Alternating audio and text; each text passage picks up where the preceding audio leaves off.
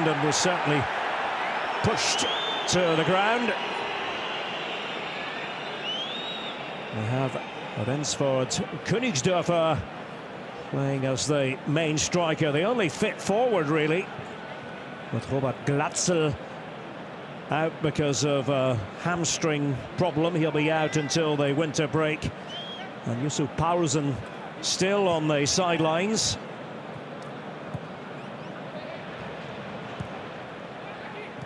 Quite happy to be deliberate in playing out from the back. Holstein Kiel. Leading the line for them is Phil Harris. Straight forward by Muheim, but that one taking off. Pursuit by Alexander Rössing-Lellesit.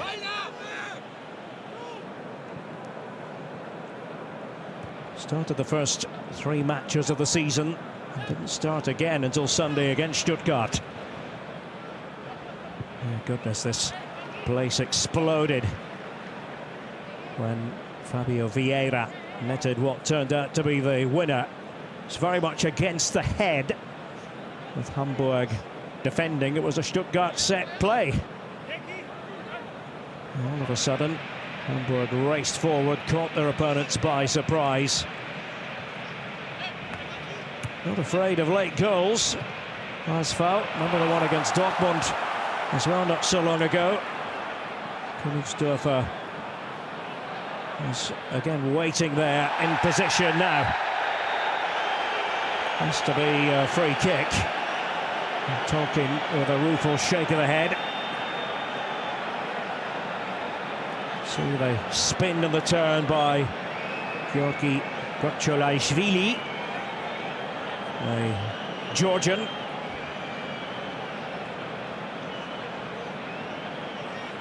He has 19 caps for his country.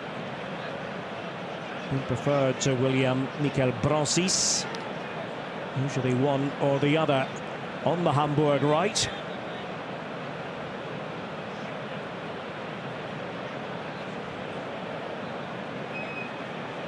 Almost 5 minutes on the clock. Well, that's going to have to be looked at.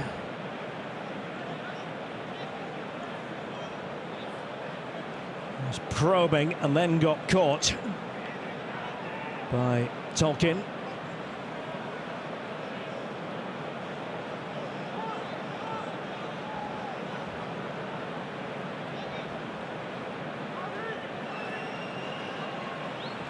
Muheim is there, so to Fabio Vieira for Hamburg. Let's have a lovely left foot, Muheim, and they're looking to tee something up, and Fabio Vieira, but into the clutches there of Timon Weiner. Something from the training ground. Just making sure Weiner was concentrating to the maximum. Don't think you'll forget that match-winning moment in a hurry from the weekend. Vieira. 2 red cards in his first 5 Bundesliga appearances. That, by the way, an unwanted record.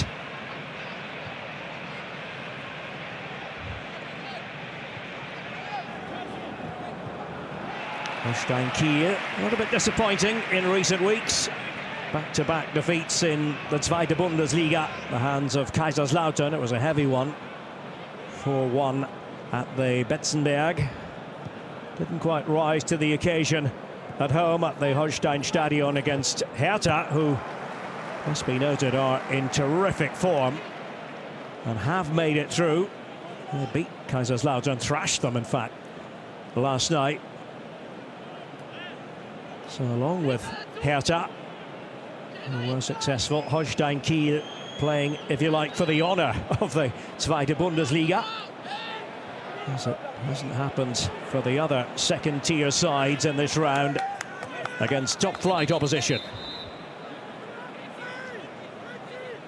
Adrian Kapralik, and from Slovakia, leaving it for Lasse Rosenboom. Spent the last 2.5 years in Kiel. Haven't quite got going just yet in an attacking sense. Holstein Kiel. Marco Comenda, who was doubtful because of illness, recently extended his contract until 2028.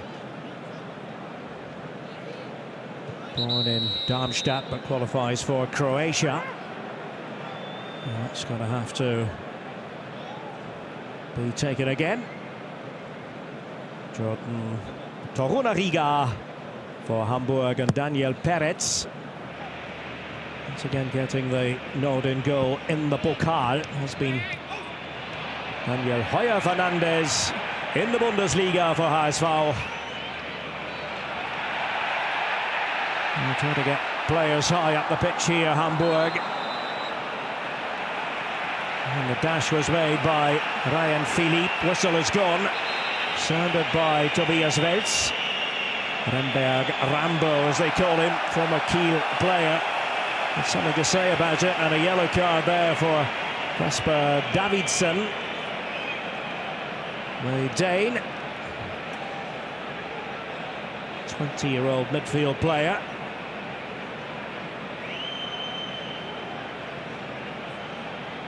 He fell on the ball.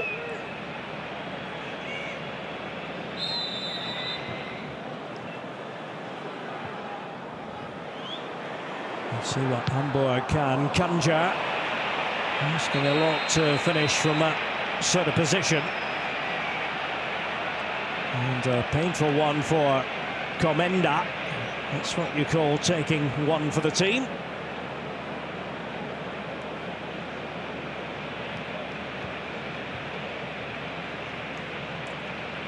This was the shot from Vieira. That was travelling. And a bit shaken up.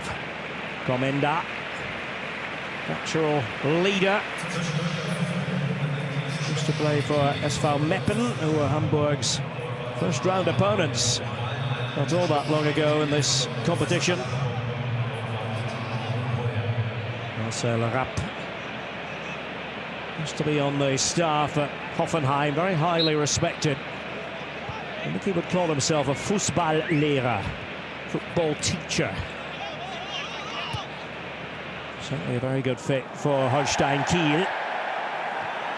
And Tolkien did his job.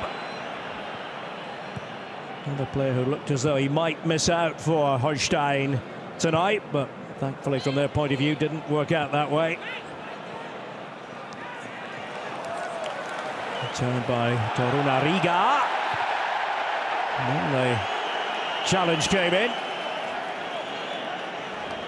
Rosenbaum wasn't exactly holding back.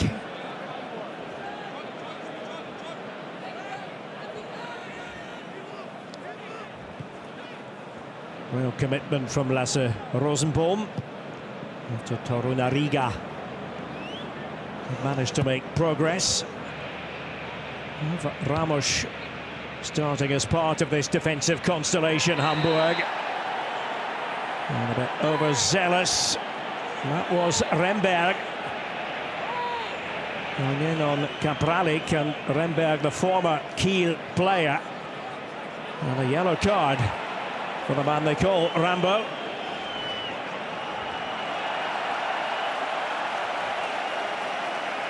He'll say he was just putting in an honest challenge, trying to win the ball. He's picked up 4 yellow cards in the Bundesliga already this season. There's also a yellow card there for Rosenbaum.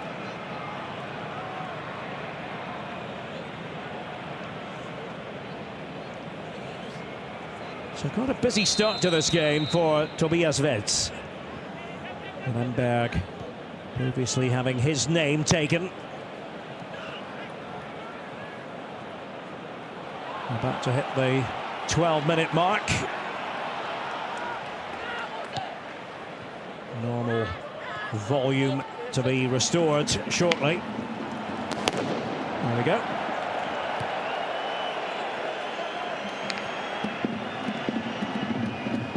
Pass was by Luka Vuskovic. 18-year-old talent, split in Croatia on loan from Tottenham. He's certainly been one of the best Hamburg performers in this campaign. Might be able to produce something here. Highest foul. Hamburger who got on the ball. Nothing there for Königsdörfer. Tolkien.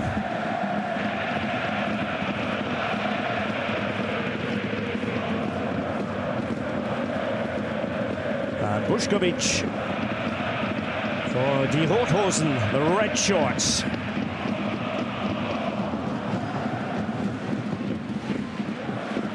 Torunariga was away playing in Belgium for 3.5 years, playing for Ghent. It's been mostly the belt and braces approach from Holstein Kiel in the early going, forward by Rosenboom. Haven't seen too much from Harez so far. No Alexander Bernhardsson. That's because of a stress reaction injury. Was one of the best venues for atmosphere. The Volksparkstadion here in Hamburg. Kiel very well represented too. 5,700 in the away section. Here's Miro Muheim. And just nipping in there to get the touch was Magnus Knudsen on the occasion of his 50th Holstein Kiel appearance in all competitions. As from the Norwegian capital, Oslo, will be the judge as to who in fact did get the last touch there.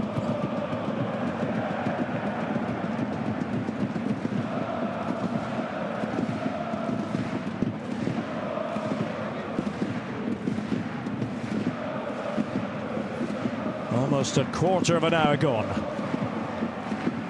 And Miro Muheim will take the throw for Merlin Polzin's team.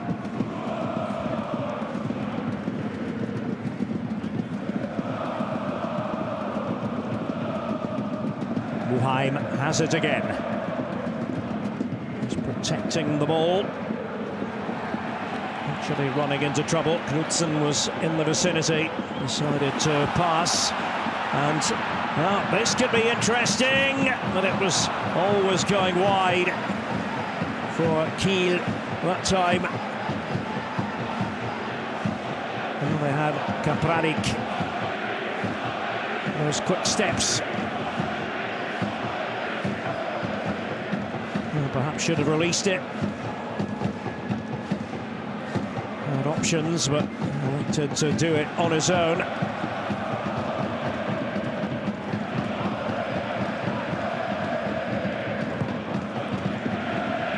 There's 2 goals in 12 matches for Kiel this season.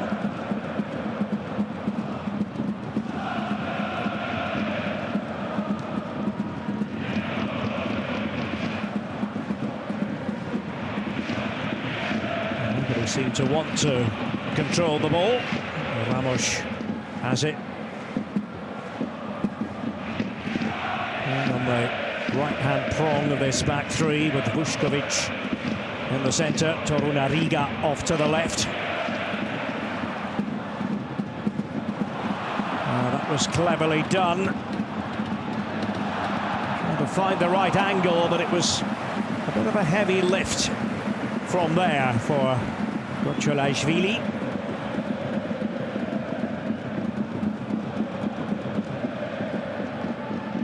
Managed to patch him up after the early injury he sustained.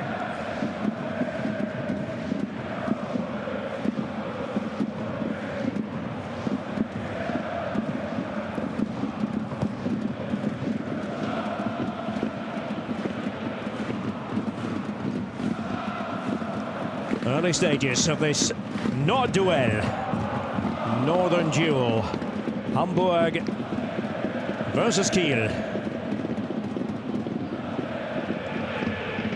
Here's Tolkien. Hails from Chatham, New Jersey.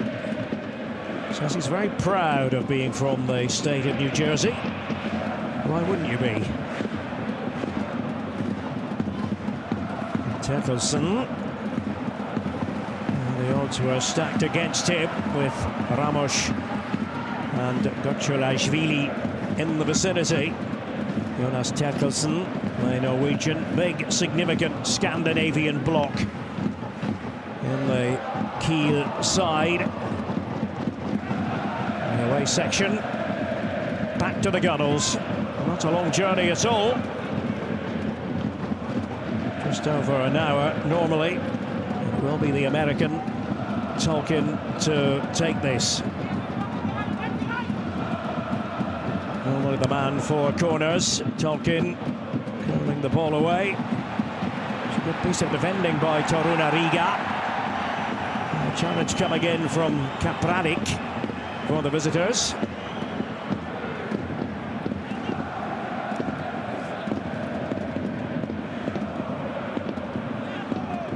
Determined to win the ball and succeeded. Got there ahead of Rusing Lelesit. And Gotcholashvili. He's a player who seems to be in the wars a lot. Suffered a broken nose playing for Georgia back in October. To get the mask out in order to be back out playing on the pitch for a brief spell. Muheim for Hamburg. There is the aforementioned Gotcholashvili.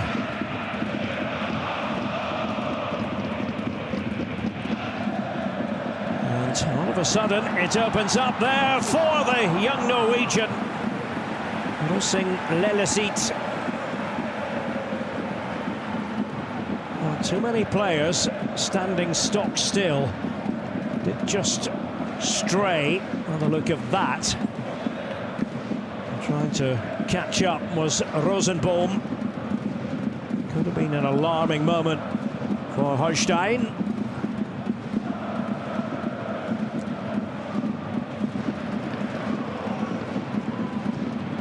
So Fabio Vieira to take this.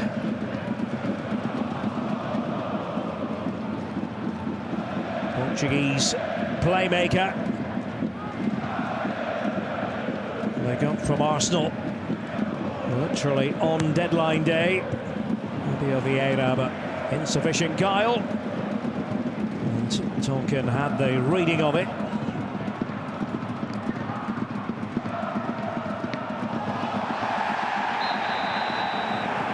It all happened right beside the byline.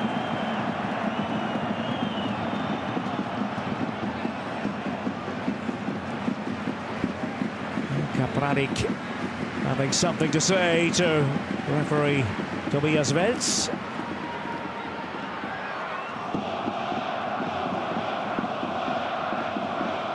Fabio Vieira, who had taken that corner in the first place, tried to break the shackles of Kapranik. Reached out with the arm and into the face of Fabio Vieira. So now it's akin to a short corner. Riga, Ramos.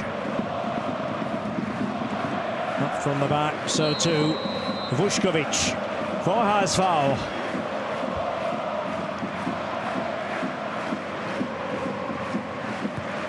Fabio Vieira.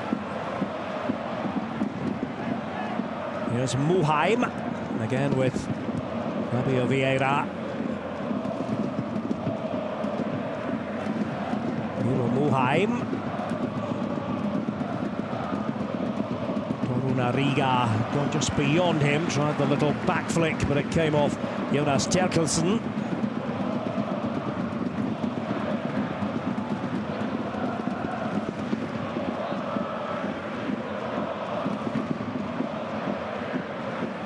Muheim. 6 caps for Switzerland. Torunariga jousting it out with Knudsen.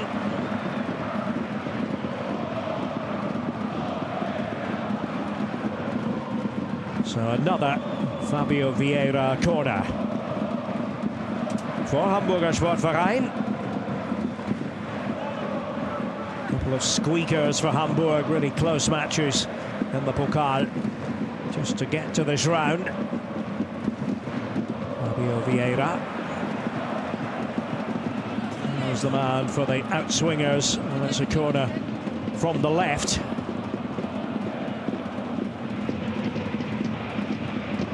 Daniel Peretz, on loan from Bayern. Hasn't played as much as I think Bayern wanted to see, and that loan was agreed, but you never quite know.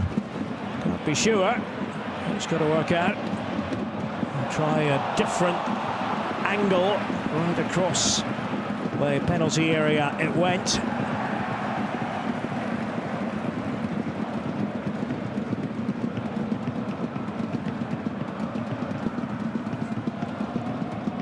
And we've gone past the midway point of the first half.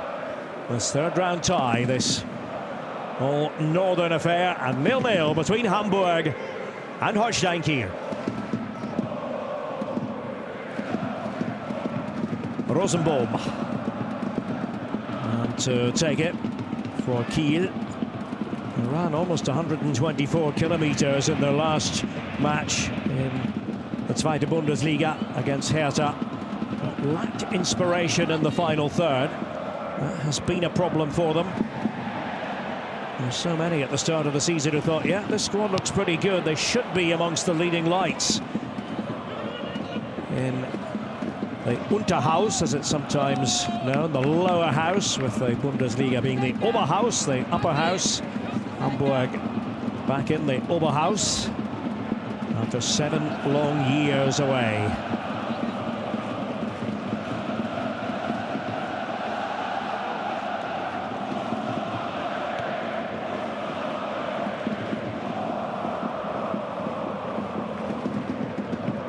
Little statistical download coming your way, chance to run the rule over what has occurred so far on this Wednesday night here at the Volksparkstadion. Hamburg, you would say, the more ambitious team, and 4 shots or attempts, just 1 from Kiel, courtesy of Kapralik, and that was a dangerous move. Asfau did switch off, and the slight possession edge with Hamburg. Go down to challenges 1, that's just about even here at 50-50. 50.98 versus 49.02. Now, all of a sudden, it opens up again, and it was Harris that time who's been quiet in the game's first 25 minutes. It is best to stay onside. That was certainly very close. The Hamburg defenders were all appealing. That's twice now they have been able to make an impact in an attacking sense, despite the fact that the focus for Kiel has been very much on robust defending.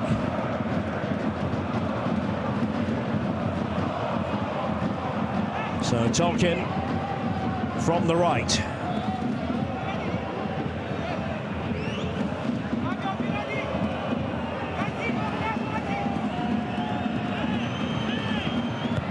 Over it comes from Tolkien. Might be asked to play it back in. That is indeed the case. Just slightly better ball at the second time of asking.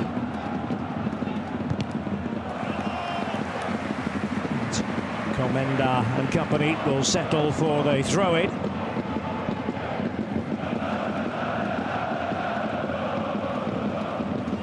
And Tolkien trots over. Enjoys playing under Marcel Rapp. John Tolkien credits his dad Chris and his uncle Mike for his early football development, for their support. And well, they might be able to keep this alive, Kiel. In the end, no. That could have been interesting. It was more speculative than anything. But Peretz, and then quickly forward, that swift release. Looking for Rusing Lellesit. Nothing there.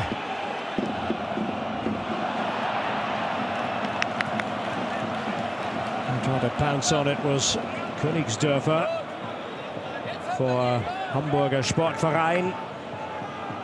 And then you look at the two squads and you look at who should win this game, you would have to think Hamburg. You'd have to think that they should have the edge, but you never quite know how it's going to go.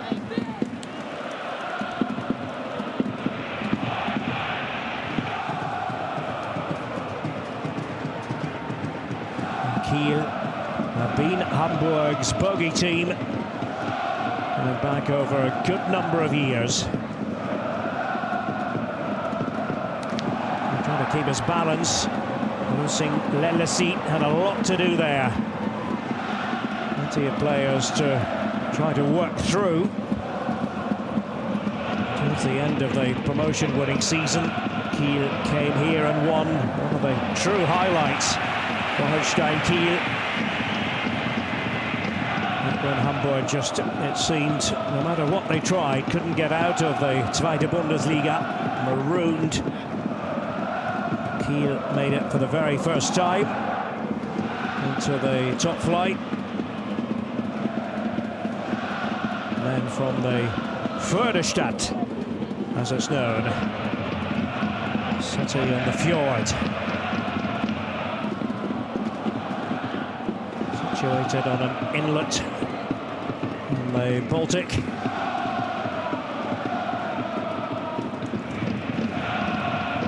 Famous for what they call Kielerwoche, the Kiel Regatta, rowing regatta, amongst other things. The football club putting the city on the map when they were in the Bundesliga. So devilishly difficult to stay up. Ended up finishing 17th. Run that time made by Terkelsen, Norwegian, who was signed from Strømsgodset during the summer. Team based in Drammen.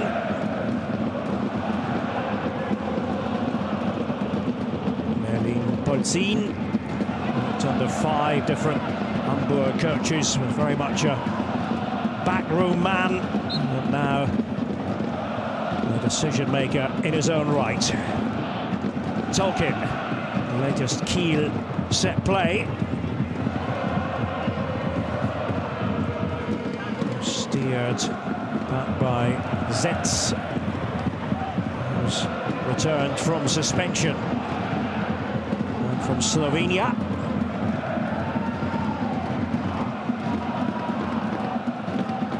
And making a right old racket in the Nordtribüne here at the Volksparkstadion. Goalless so far.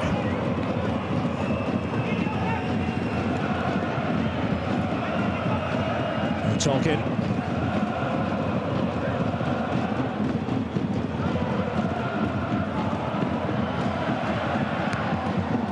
John Tolkien with it, and it wasn't easy to defend.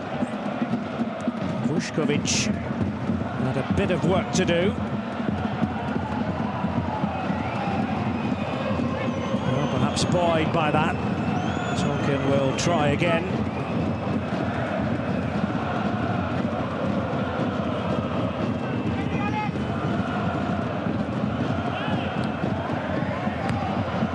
Tolkien to curl it in.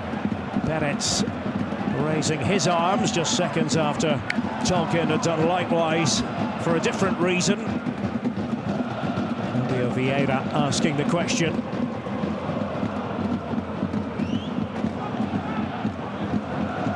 Doesn't seem to be receiving any answers. Tolkien served a 6-year apprenticeship at the Red Bulls Academy in New York. €3 million signing. Tolkien this time, and Königsdörfer away, and that was really more in hope than in expectation of finding the net. The shot from Kapralik.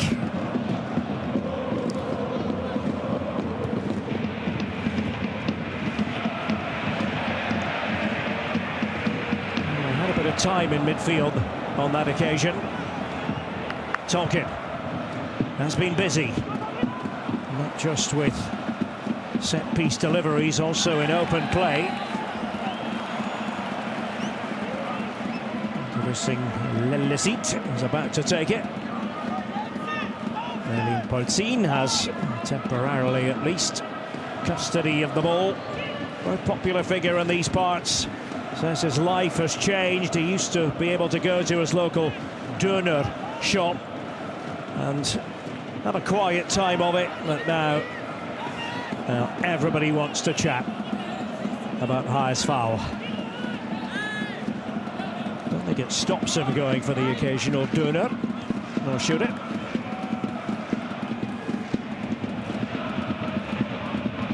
A döner, for those of you who don't know, German food culture, German-Turkish food culture, döner being a döner kebab. Sometimes the food preference in this part of Germany is the Fischbrötchen. Fish on a roll, can't beat it here in Hamburg. And Hamburg trying to tee something up. That was a very important piece of defending from Rosenbaum.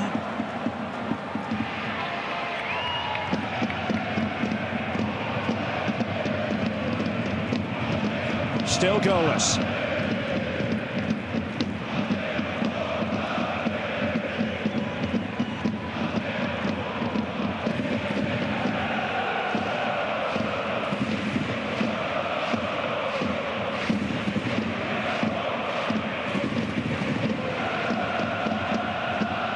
Tolkien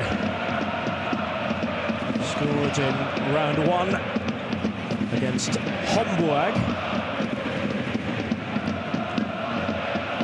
Also scored on match day 3 in the Zweite Bundesliga.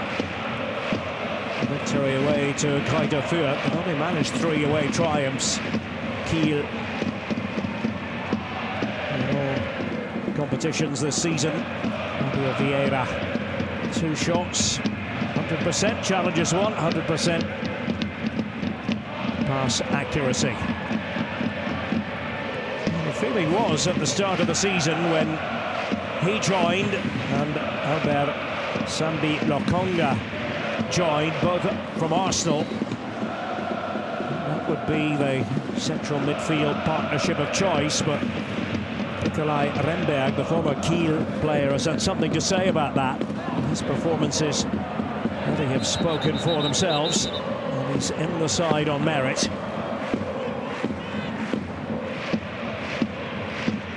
At the press conference yesterday, faced the media without Merlin Polzin, who was given a day off. It has been a busy spell recently. And I think it was a good decision because so many of us wanted to hear from Remberg ahead of this meeting with his recent past. And he's certainly very grateful to everybody in Kiel. What they did for his football career. Was back to visit them recently when they defeated Fortuna Düsseldorf.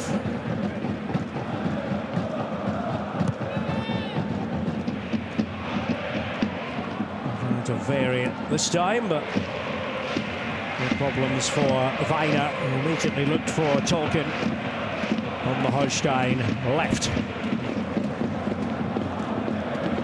Stretching for it there, Vuskovic didn't quite succeed, and Torunariga having to be the defender to take charge. Unable to control it. Noticing Lelesit.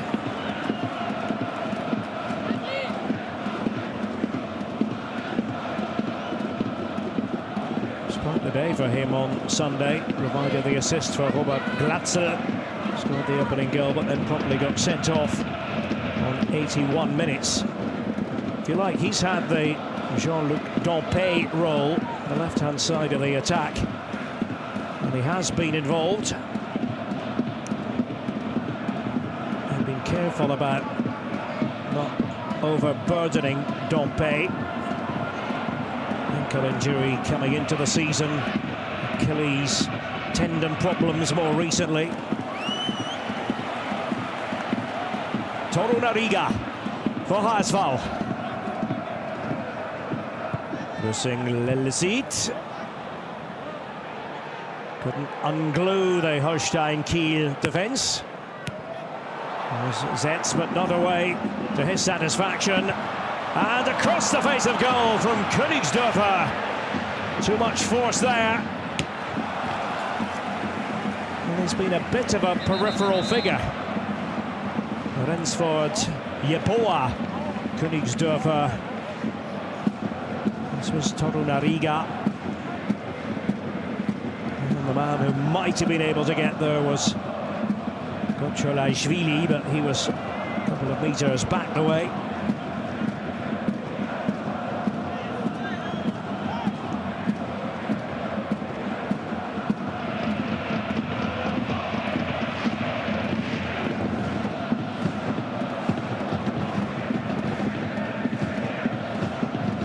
Started decently, Hamburg.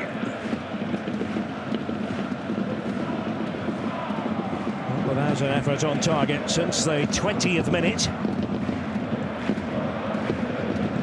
Corners count very much in favour of Holstein Kiel. 5-2 on that front. And having more of the ball. And winning slightly more of the challenges.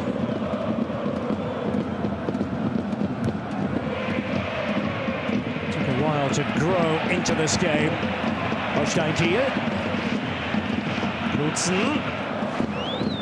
Measured ball, but Vuskovic was there to intercept.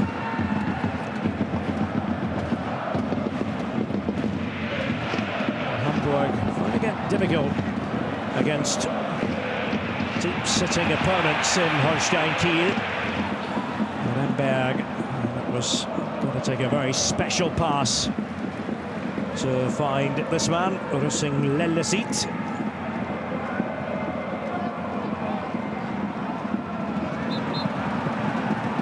I can't believe it.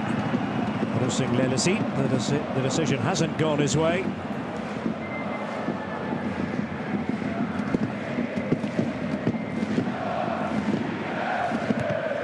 Rosenbaum forward, took a deflection. Muheim was there right beside the touchline and attempted to almost thump it all the way back to Perez. It did actually go over the line.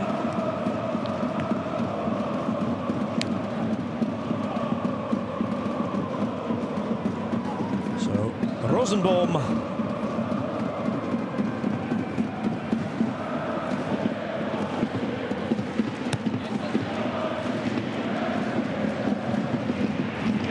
Komenda.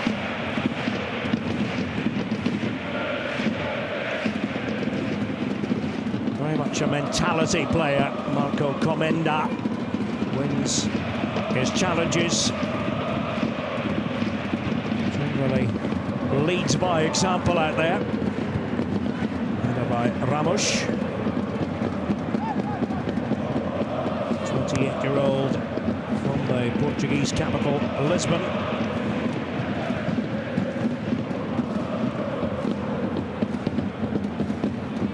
Once again, Tolkien.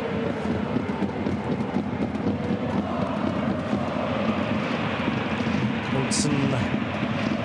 There's a good on-pitch relationship with Davidsen, the Norwegian and the Dane. Apparently they get on very well off the pitch too.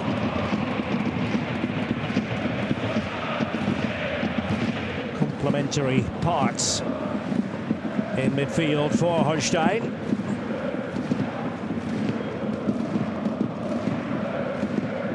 Didn't particularly like their schedule in the last round, as they had to go Saturday, Tuesday.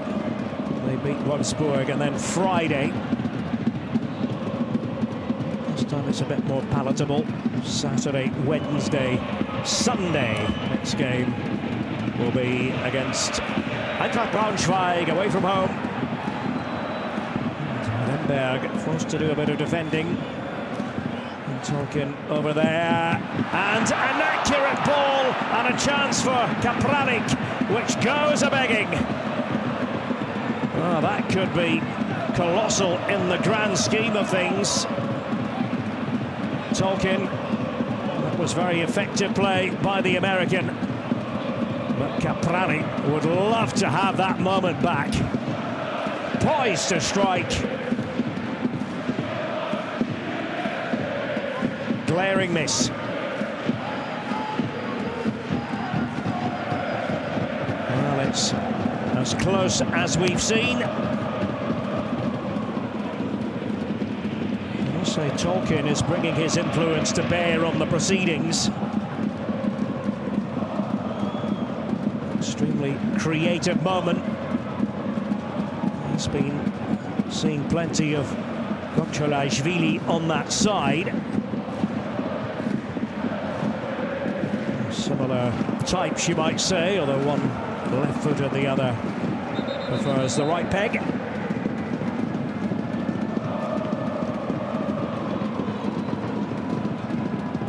Wonderful atmosphere inside the Volksparkstadion here in Bahrenfeld in Hamburg, northwestern outskirts of the city. This won't be one of the venues for the Women's Euro in 2029. If you didn't hear the news earlier, certainly our fingers were crossed. Germany will be the host nation for the Women's Euro in 2029. 8 different venue cities.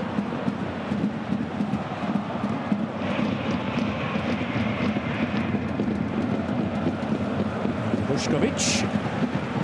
Back to Perez. And Hamburg in build-up mode.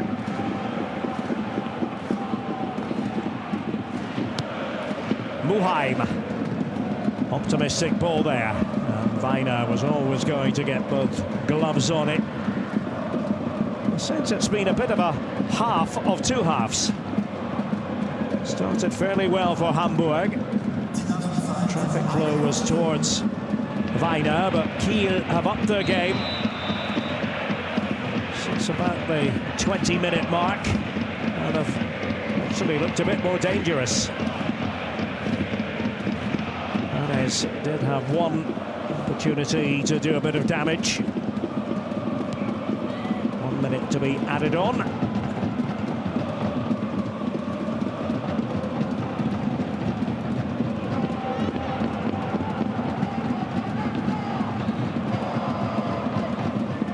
As I said earlier, Hamburg having to go from being a transitional moments team in the Bundesliga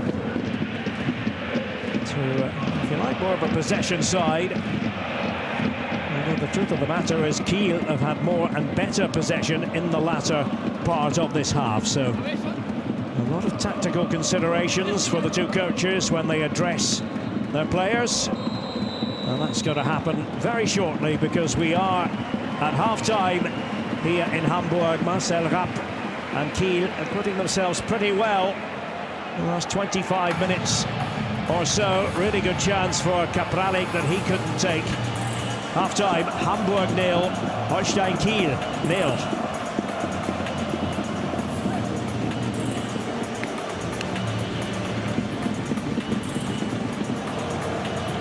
Well, Huisveld will feel that they must up their game. I've enjoyed this fellow's performance, Tolkien. Playing with plenty of zest. And he it was who created that aforementioned chance for Kapralik. Best chance of the game so far. Possession advantage with Holstein Kiel now. You look at the totality of the game, it's 4 shots or attempts apiece. 1 on target for either side. Kiel winning more of the challenges and covering more ground.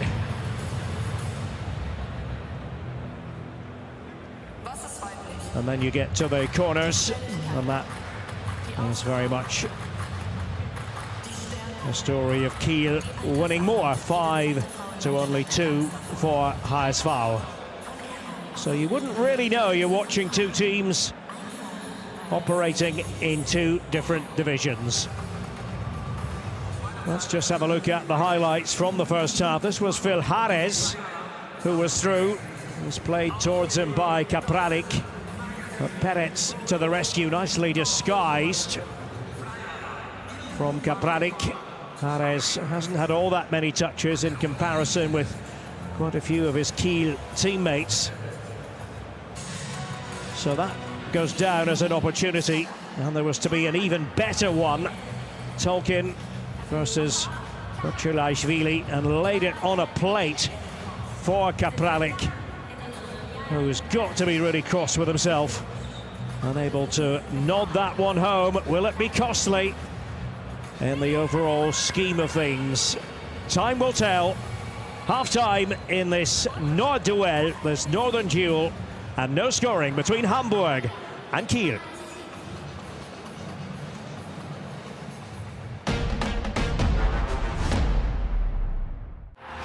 One competition, so many stories, dramatic moments, future superstars who took their first steps in the DFB-Pokal, and remarkable cup nights.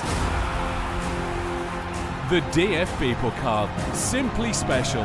This is why we love football.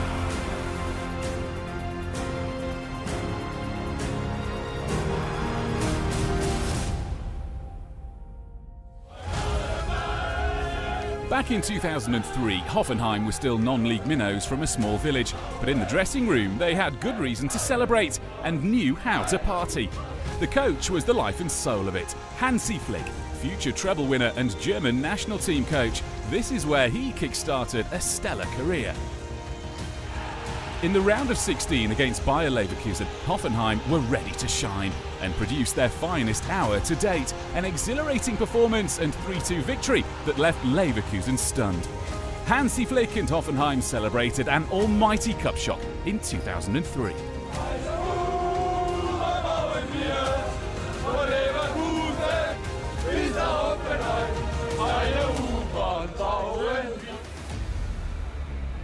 The 23rd of May 1992, a remarkable day and a final to remember in Berlin. Second tier Hannover 96 took on overwhelming favourites Borussia Mönchengladbach. Goalless after 120 minutes, the final would be decided by a penalty shootout, where Jörg Sievers was the hero of the hour, saving 2 spot kicks at the Olympiastadion. For the first time ever in the DFB-Pokal, a second division side lifted the prestigious trophy. Befittingly, the celebrations started in the stadium, carried on into the dressing room, and continued the next day, together with 50,000 fans at the City Hall in Hanover.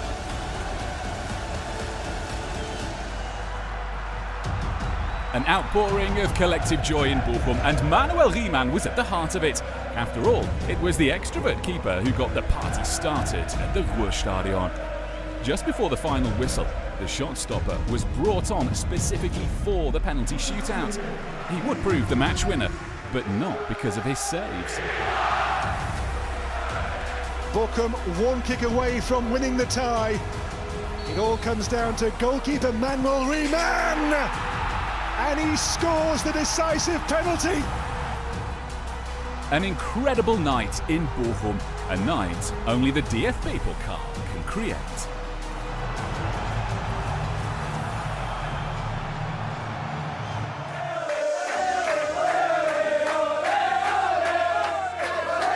The dressing room in Ulm after a record-breaking afternoon.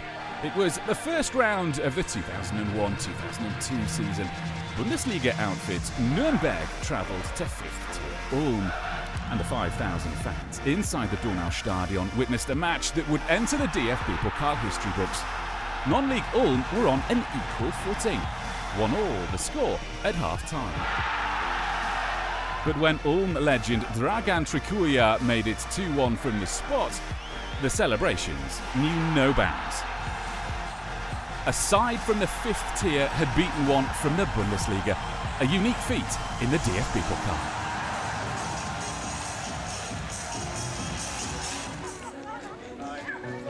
If Germany internationals are walking to the game, it has to be the DFB-Pokal.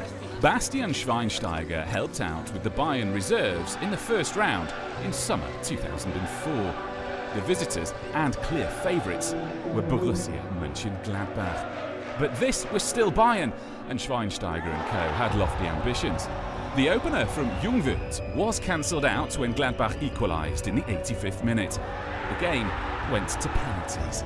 Bayern coaching legend Hermann Gerland and Schweinsteiger, who'd been subbed off, could only look on in hope. It was a shootout full of tension and emotion, the excitement such that you could barely watch. After 18 penalties, the hero in Munich was keeper Michael Rensing. Bayern's under-23s had dumped Gladbach out of the competition. In the thick of it was Bastian Schweinsteiger, who 10 years later would lead Germany to World Cup glory.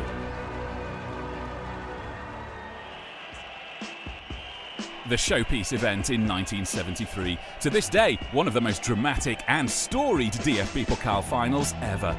Borussia Mönchengladbach against FC Kiel. In the squad that day, but surprisingly only on the bench, was Gladbach's superstar Günter Netzer. He was leaving for Real Madrid at the end of the season.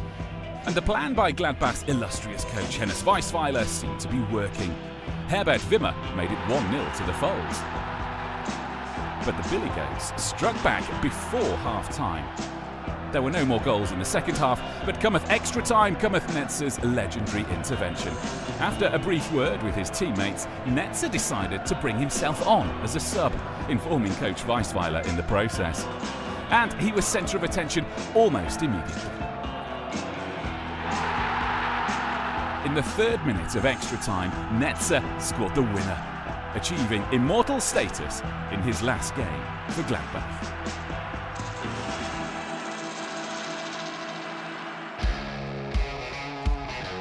The stadium was practically empty. After all, it was only Stuttgart's under-23 side. They were playing host to Eintracht Frankfurt though, and the 1,700 or so present would never ever forget what they witnessed. Stuttgart's second-string side, led by the excellent Alexander Hleb, later of Arsenal and Barcelona fame, didn't just win, they ripped the favourites from Frankfurt apart. It finished 6-1. Frankfurt's fans were so fed up, they'd switch sides by the end, ironically cheering for the underdog.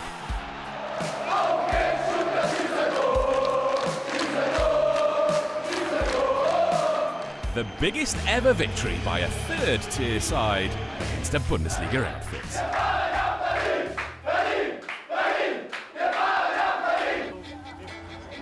The Stadion an der Alten Fürsterei, a temple to football culture. Nowadays, the home of Union Berlin is an established Bundesliga stadium. In 2001, the team from the suburb of Köpenick were in the 3rd division, but the stadium could produce a magical atmosphere nonetheless. 2nd-tier Oberhausen, Fürth and Ulm had all been given short shrift. Then, Bochum of the Bundesliga were sent packing in the quarter-finals. And after a penalty shootout victory over Borussia Mönchengladbach in the semis, there was no holding back in Eastern Berlin. 3rd-tier Union had reached the final of the DFB-Pokal, a miraculous achievement. At the Olympiastadion, though, Schalke proved a bridge too far, winning the cup thanks to a 2-0 victory. But Union's devoted, football-mad fans still hailed their heroes. Football culture at its best. This is why we love football.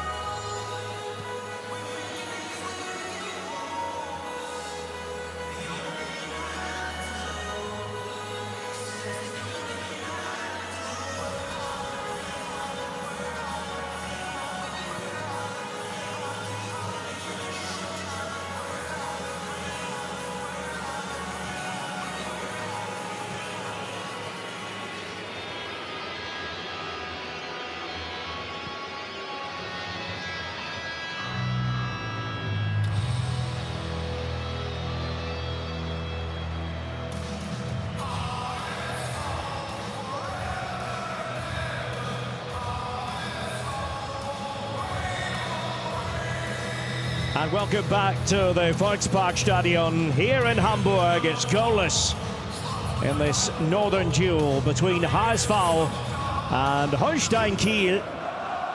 Don't think Hamburg fans need to panic, because the earliest they've scored at the Pokal this season has been in the 83rd minute. No sign of any half-time substitutions from either team. Hamburg did lose their way a bit in the latter part of the first half, and credit to Kiel. They were the more compelling side. Adrian Kapralik squandering the best chance of the game. The header that was served up for him by John Tolkien.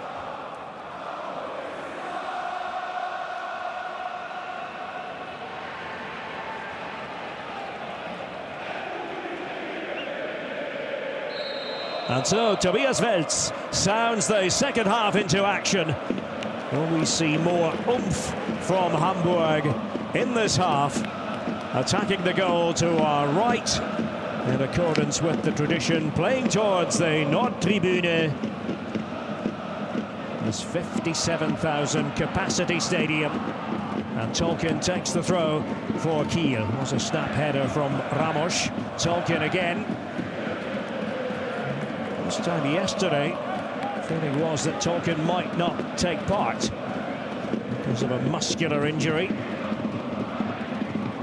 And eventually given the all clear. Vuskovic. And over there towards Torunariga for Hamburg. Man they've been looking for in attack mostly. The youngster, Rusing Lellesi, there he is. The game has rather bypassed Rensford Königsdörfer, who's not been in the best of form. And he's the player they have to keep using in the centre of the attack, what with Yusuf Paulsen and Robert Glatzel both missing. There's been overall a lack of true incision from Hamburg.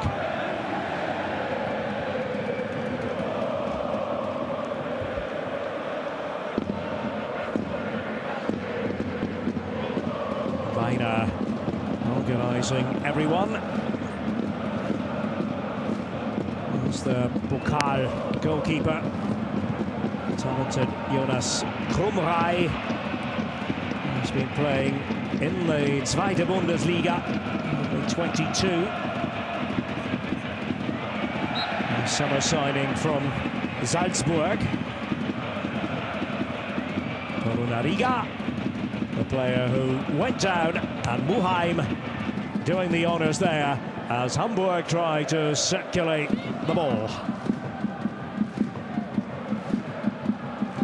Peretz. Only his second HSV appearance. Saw him in round 2 against Heidenheim. Tolkien very calmly played that one back. Fabio Vieira chasing after it. Kotrolashvili to throw it back in play. Marcel Rapp versus Merlin Polzin on the coaching front. Remberg. Strange feeling for him to play against so many of his old friends, although the squad has changed quite a bit since he departed. Königsdörfer is the man who released it for HSV.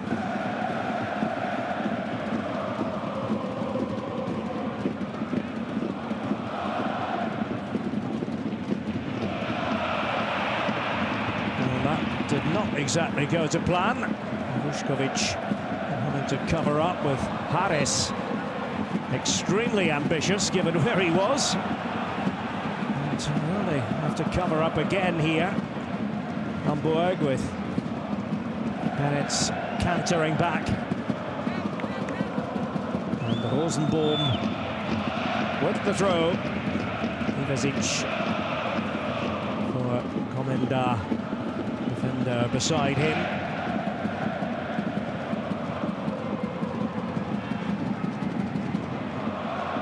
Muheim. Trying to pick their pressing moments, Holstein Kiel. Might be able to make a bit of hay this time, and it wasn't all that far away. And this man again, Kapralik. The chances falling for him. Trying to cut in. Wasn't all that far away. Adrian Kapralik. Couple of goals in the league so far this season. The best chance of all was the headed chance that came his way shortly before the half-time interval.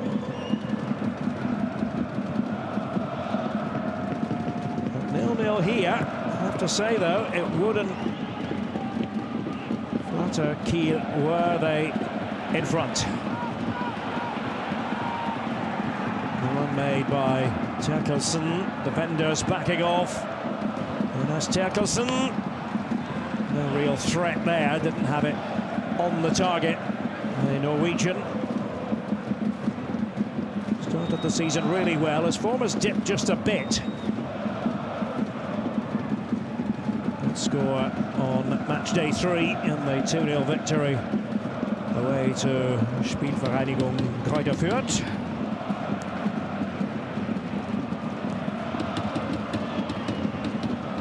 Almost as though Hamburg need a bit of a wake-up call. Ramos.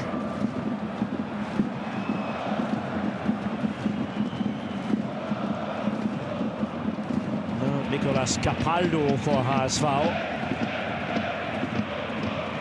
He's on the casualty list. Renberg in the centre of midfield. Ramos for Vuskovic.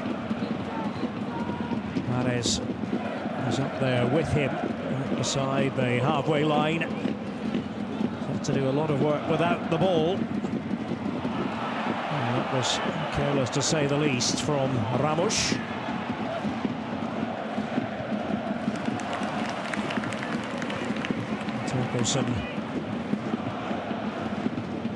They move with the ball at his feet.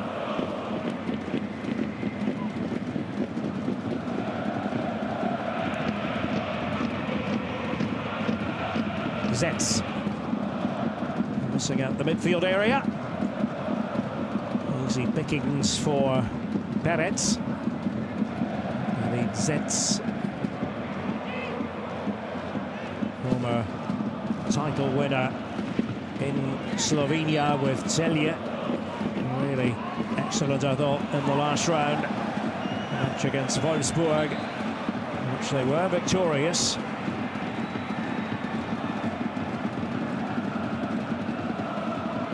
Tolkien was about to take the throw-in.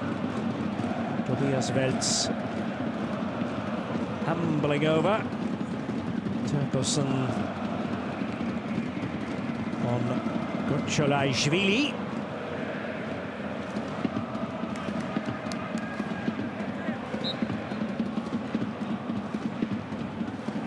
He'll say it was shoulder to shoulder. Tolkien always likes to direct his teammates out there. He's not low on confidence, the American.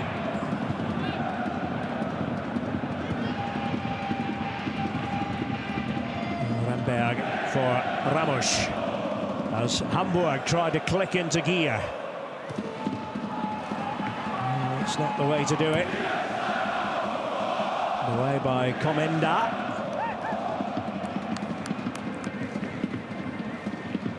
As many attempts from Kapralik as all the Hamburg players put together. That's quite telling. Now, see if they can take out a few more Hamburg players here.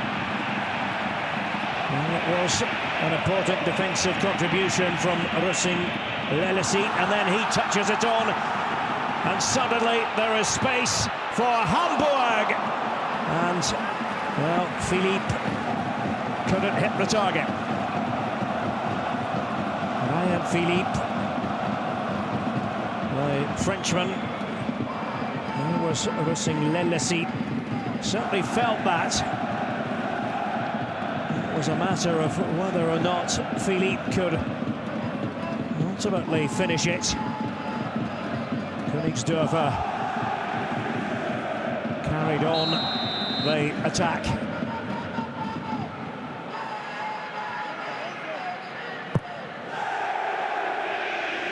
A few times when we've seen a sequence like that, with one team threatening and then foiled and then gaps opening up and the other side trying to create a bit of danger, and in this case it was a menacing move.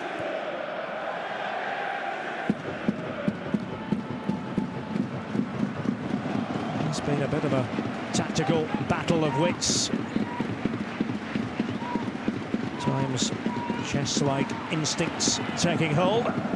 Ramos. Perez for Hamburg. Vuskovic. Looking for Holstein Kiel whenever that is possible. Torunariga for Die Rothosen. Muheim. And a spread play to this near side. Waiting there was Gotcholashvili. Look at all the Kiel players back, staying really compact.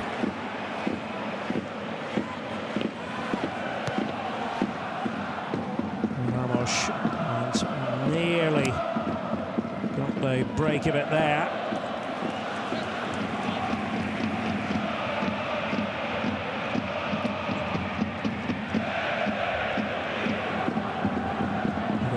Lelesit has kicked it too far forward for his own good, and Muheim was in the advanced position as well, having to do a bit of closing down. Kiel just couldn't get out. That pattern continues, and here's Gotcholashvili for Hamburg.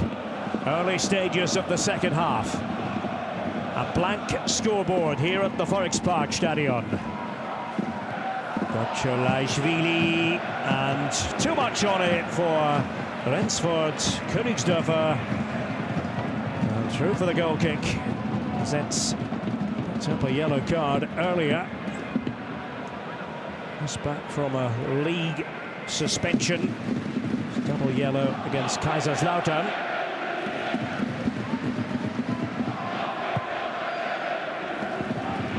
So wasn't able to participate at the weekend in the defeat, home defeat at the hands of Onsong Hertha. And Hertha representing the Zweite Bundesliga in the draw for the quarter-finals to be made on Sunday by Friedhelm Funkel and Nia Künzer.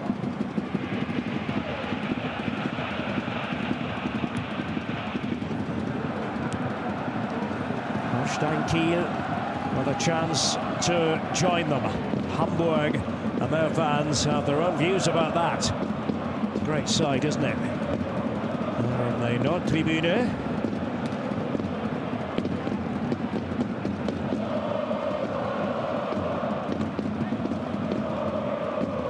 Philippe attempt earlier was Hamburg's first since the 20th minute of the game, and there is Philippe.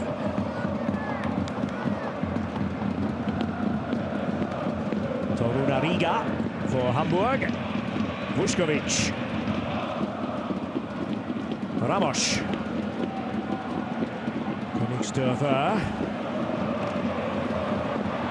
Muheim. Supported by Holstein Kiel, again with Miro Muheim. You would say, haven't seen enough from him going forward at open play in this game. It's usually one of his strengths. Vuskovic has a very bright future. Well, now they're going to have to get players back. Juarez and company getting forward, but that is a disappointing effort. Ay, ay, ay. From Phil Harris And substitution time. Off is going Davidson. Picked up an early yellow card. And the replacement will be Stefan Schwab, the Austrian. Joined the club after 5 years at PAOK in the summer. Was the captain there, league and cup winner, former league and cup winner in Greece, so his experience will be really important. The 35-year-old on for the 20-year-old Davidson.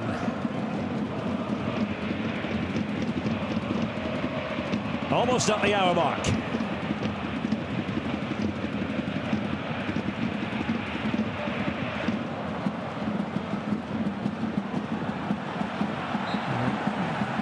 It's going to be given as a free kick to Hamburg in favour of Muheim. Had nowhere to go there, really.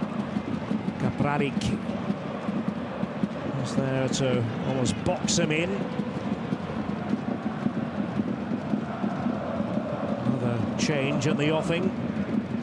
Niklas Niehoff is readying himself to come on. Youngster who's come through the ranks at Holstein Kiel. Was on loan last season in Osnabrück. They'd actually start in round one of the Pokal this season. The victory away to Hamburg. Muheim, difficult to send the ball in from there. Not much room in which to work. Losing Lelesit and goes down. Looks over towards the referee. Rosenbaum having none of it. And it was actually on this occasion Vieira who took the fall.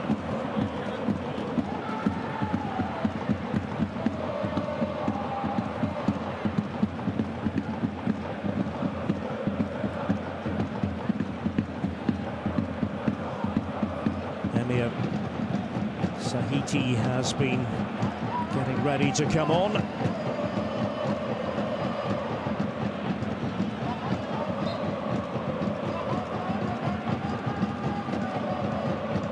Jonas Meffert as well, who's the experienced campaigner. So changes shortly for HSV. Toruna Riga to telegraph his intentions to Rusing Lelesit.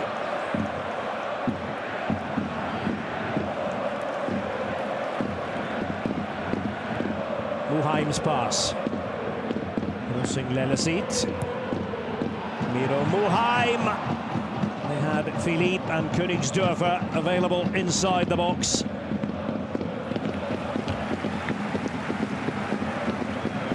Better from Hamburg. I get the feeling that Rusing Lelesit, the youngster, is the player who might have to kick-start things.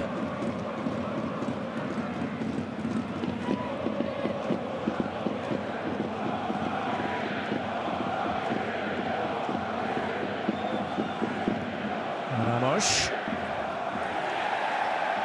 And it was a shout for a free kick anyway from Fabio Vieira.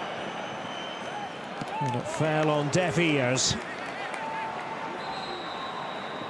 Now for the changes, there is Jonas Meffert. He will be coming on. Remberg will take no further part in the match. And Rusing Lelesit, seeing that his number is up as well. So that is it for the 18-year-old Norwegian. Sahiti and Meffert, the two players who have been limbering up.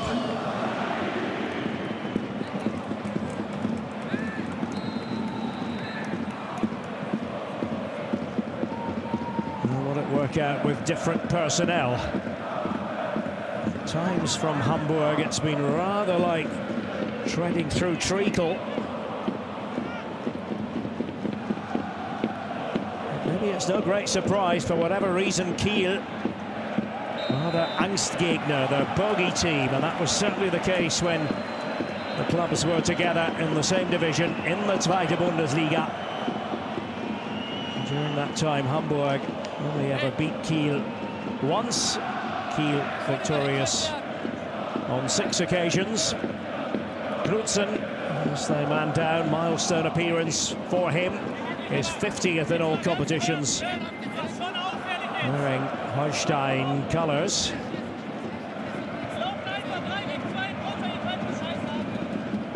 Kiel from the nearby state of Schleswig-Holstein. Hamburg, of course, as well as being a big city, is also a state in its own right.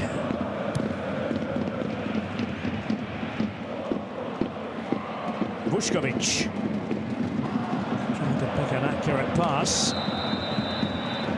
Has been given as offside against Torunariga. Not raised by Dr. Martin Thomsen.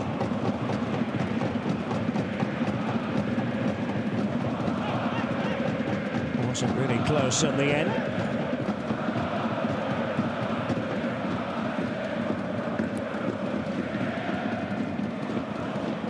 Kiel under a bit of pressure early on, but if you look at these numbers, most of the game they have been the more dangerous looking side. 8 shots to 5, they've covered more ground, 83 kilometres as a team as opposed to 80 for Hamburg. No change to the corner situation, it is as it was at half-time, 5-2 to Kiel, but they've had the better looks at goal. Compromising play by Ivazic. Man from Belgrade in Serbia. Meffert having the touch on the ball that time. Here's Muheim. Meffert once again for HSV.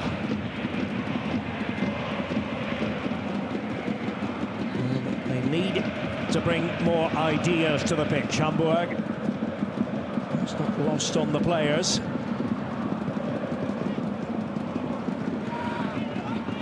First home game in the Pokal, 3.5 years. Going back to the time when they hosted a semi-final.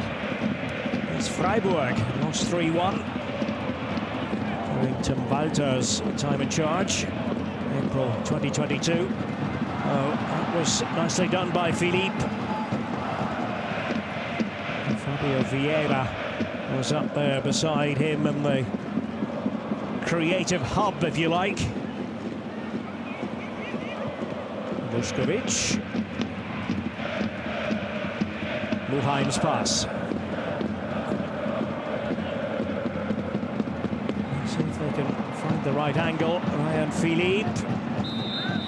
And he was fouling. Groans really from the Nordtribüne.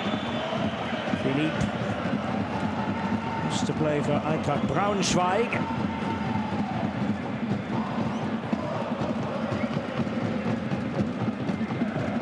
3 goals in his shortish time as a Hamburg player so far. One against Heidenheim, a brace against Mainz.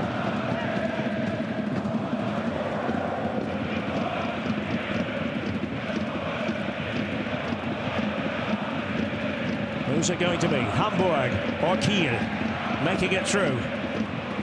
This meeting of Bundesliga and the Zweite Bundesliga. There was a lot of risk involved there. And the yellow card for Ivazic. I think he knew he had to put the challenge in because it looked as though Königsdörfer might be onto something. Can't really quibble about that decision at all. Yellow card for Marko Ivazic. And it should be favourable, this, for Muheim. Given that wand of a left foot. Just talking it over with Philippe. Ramos has come up from the back. Instructions seem to come there from Philippe. But Muheim, picture of concentration.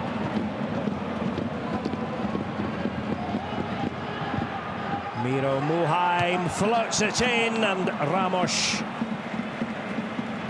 It's difficult to get his head on it from there. It was spinning and turning around. He's trying to get something on it.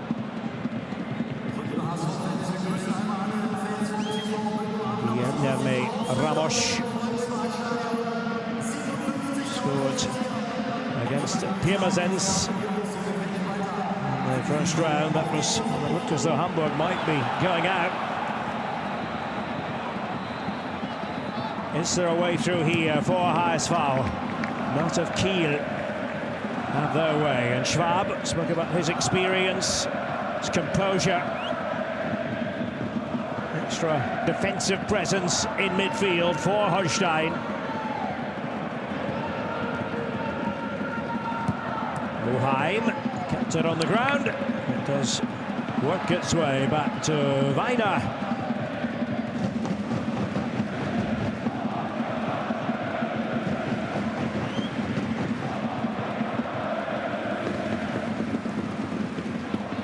$57,000 capacity here, and this game, of course, sold out.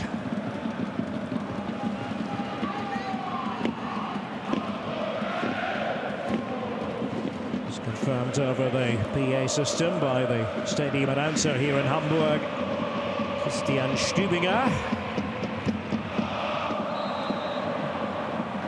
Muheim was clearly fouled.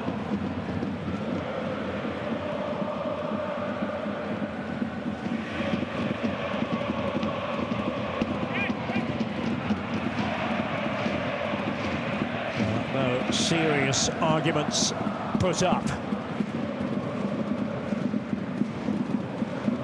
Hamburg have had more of the ball. If you look at this game as a whole, 57% possession. Kiel, though, more shots, more attempts.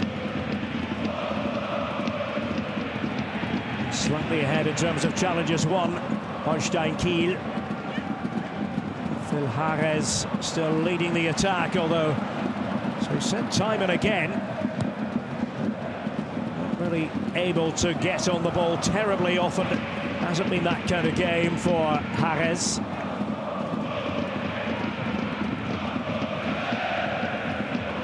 Man who had back-to-back doubles in the Bundesliga. Remember going into the winter break last season, then coming out of it.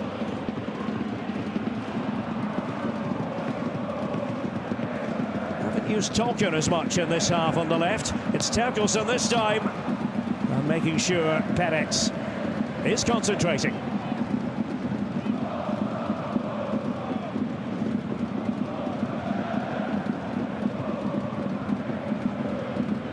Just got his gloves on it, made sure nothing untoward happened. And here's Weiner at the other end.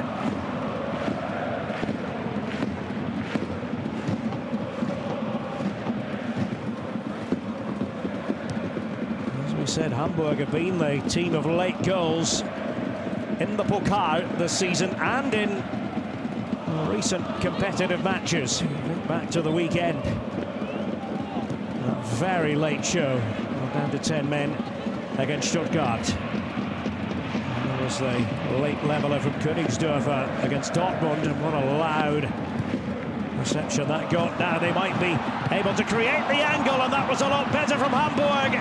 And then turned towards goal by Philippe after the fact. And again, it was Fabio Vieira getting himself forward. That's a couple of times now.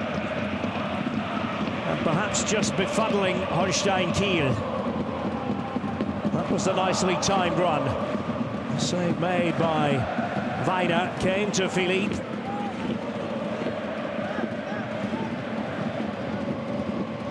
Hamburg suddenly bursting into life, and credit to Tolkien for the block.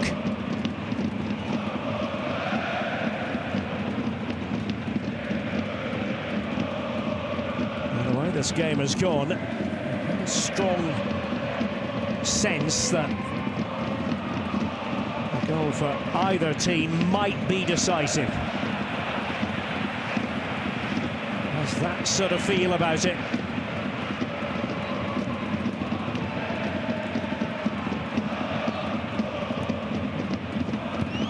So is it going to be a very late night for the fans here in the north?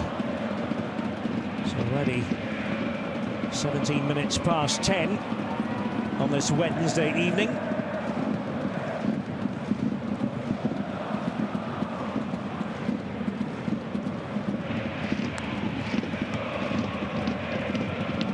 Oh, and a mistake there by Mulheim.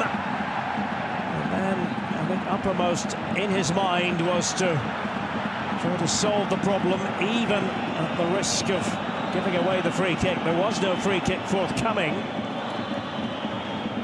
And then Vuskovic trying to control the ball. Seemed to handle it in the process. It's a bit of a bizarre sequence, that. Tobias Welz. There's the referee.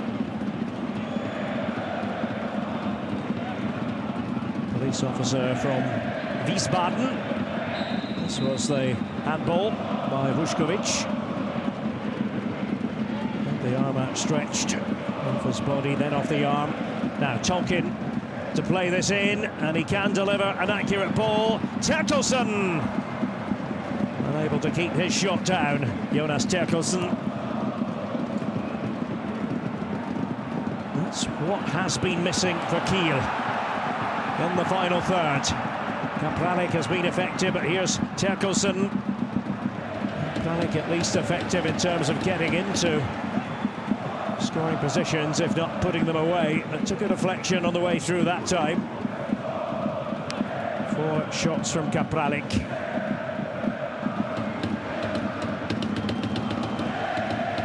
4 attempts, and the best one, or best chance, was that headed attempt at the end of the first half from the Tolkien cross. And talking of Tolkien, playing it over, there he is in position with the Kiel fans just a few metres away. And that Holstein block. Don't stop believing, it says. Well, they still believe. And Tolkien curling it in! Oh, all it needed was a touch. Right there on the doorstep, they had Ivazic, amongst others, looking to cause a bit of havoc. Seemed to be betwixt and between the pair of them, Zetz and Ivazic. And now 4 changes. Will be Ivan Nekic coming on, as well as Niehoff. That's it for Terkelsen. It's goodbye to the game. Niehoff, Niklas Niehoff is on.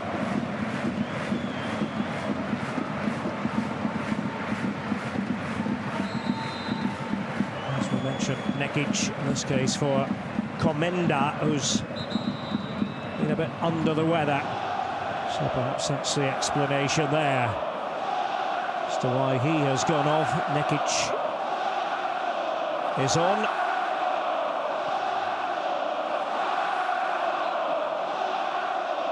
It's 3 games in a row used as a substitute.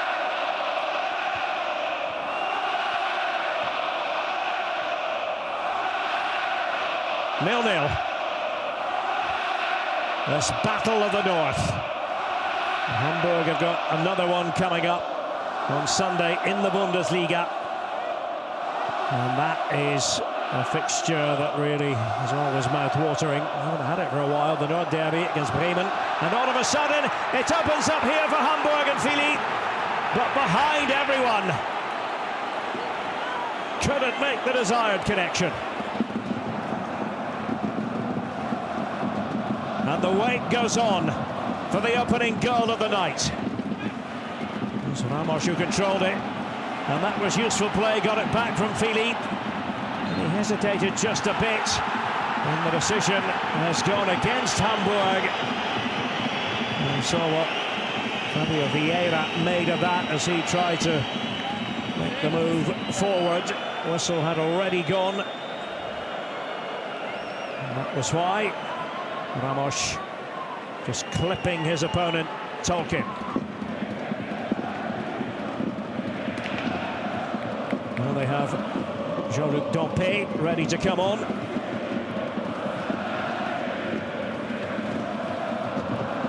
It's been a case of just trying to use him carefully. Now, this could be something Hamburg might be able to use to their advantage. And there's the shot that always touched onto the post. Was Gotcharashvili in full flight. And Weiner reaching out and then off the post, and then this shot from Vuskovic. Gotcharashvili, have a look there, and Weiner, as though a little piece of it perhaps. See if this is conclusive, not sure. To swat it onto the woodwork. And there, yeah, there was just a deviation, slight deviation.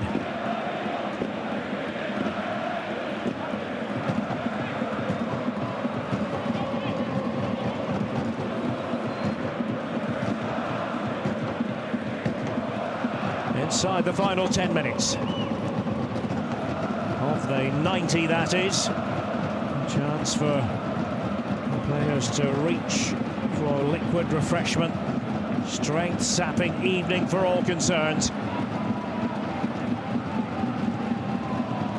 And it has been quite the Pokal fight. Just as it was always likely to be. Now it will be Dompe coming on, taking the place of Gotcharashvili. So his race is run. Jean-Luc Dompe, injured coming into the season. He's had more problems to deal with throughout the course of the campaign itself. And this man has run his legs off. Gotcharashvili.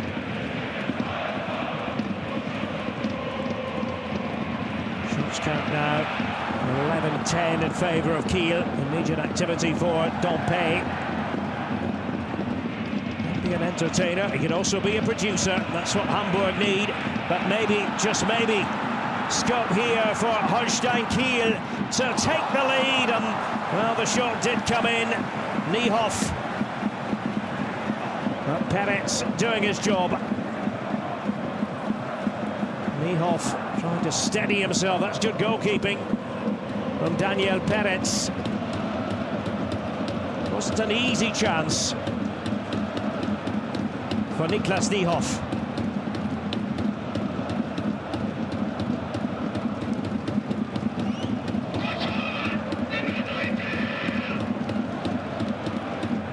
So corner it's going to be.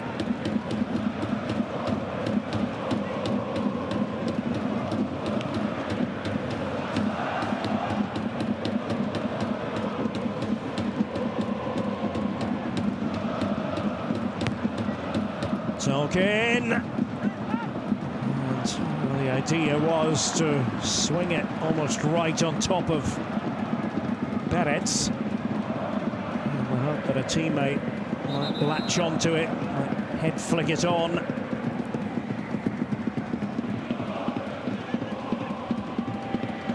Knudsen's pass for Holstein Kiel.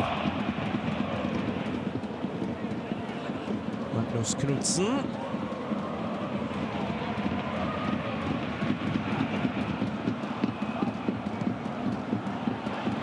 To do there, Tolkien, and then loses out after initially partially controlling the ball. Hamburg's turn. Sahiti, who was making the move with the ball at his feet. Here's Dompe. Very distinctive style. Dompe, Mulheim! Across the face of no takers. Philippe was close to it. Mulheim attempting to take charge of that attack. after he received it from Dompe, and it so nearly worked out for Hamburg. Not quite.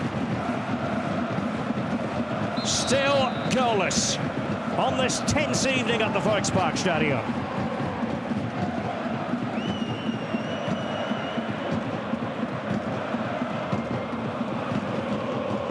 Who's going to make it through? Will it be Hamburg? Will it be Holstein Kiel? Mentioned that they were semi-finalists 2020-21, of course, en route to the semi-final. They knocked out Bayern, no less. That snowy night in Kiel. So on penalties, yellow here. Torunariga looks a bit shocked. The decision went against him. Rosenbaum for company. It was head on head. Bound to be painful for Lasse Rosenbaum. So Torunariga having his name taken, and Hamburg have a set piece to defend. It's going to be Knudsen to play this one in. Zetz up from the back. Well, might it come down to a set play? Knudsen. It's a variation on the usual theme. And Tolkien takes them. Knudsen that time.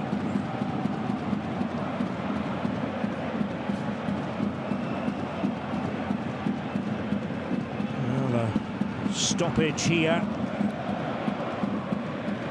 Muheim, who came close to, well, let's say, creating the opening goal. I suppose it could have gone in off him as well. Just a couple of minutes ago. Feeling the pain now. Miro Muheim.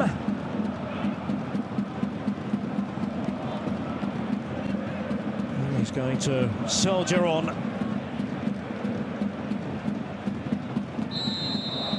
And Tolkien is over there on the opposite side. So take the throw, looking for the head flick. And can they line something up here? Kiel. It was almost like a little rugby move there inside the area. And a little bit of arguing and some pushing and shoving. Schwab is trying to make his point to referee Tobias Welz. There comes the yellow card there for Nekic. I seem to ask the question, who? Me? What did I do wrong? I say this was almost like a rugby maul. Just trying to drag it through the bodies. Holding it up all the while. And there, Zetz. Yellow card for Nekic, and we're waiting here to see what they have to say in Köln-Deutz. The video assist centre, Benjamin Cortus, is on duty there. And, well, it wasn't a pristine scene inside the area, but the Hamburg players all race away and try to get it forwards here. Heard the whistle of the referee. It's Königsdörfer who are being egged on by the Nordtribune to get forward as swiftly as possible. No penalty, just to go back to the earlier decision. Tobias Welz receiving word from Deutz, and confusion reigned because after this moment, and it was looked at in the video assist centre, that scene there, Torunariga with Zetz. But then immediately upon hearing from Tobias Welz, nothing there. Hamburg were of a mind to be very direct.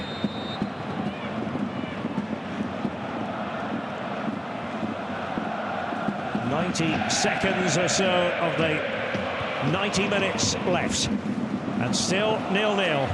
But remember, Hamburg have been the team of late goals in the Pokal, and more generally recently in the Bundesliga. Königsdörfer. Tolkien there for company. Vieira's pass. Meffert providing balance now and experience in midfield. Jean-Luc Dompe coming in off the touchline. Meffert! And held on to by Weiner.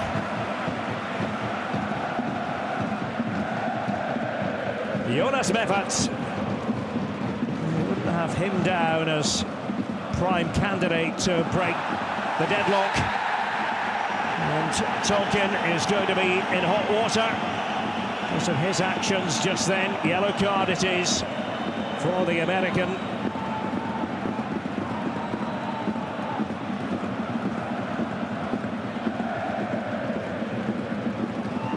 That's what he did. It wasn't particularly subtle. Sahiti going down and 4 added minutes. And it's still 0-0 after that. And this third round tie will go to extra time here at the Volksparkstadion.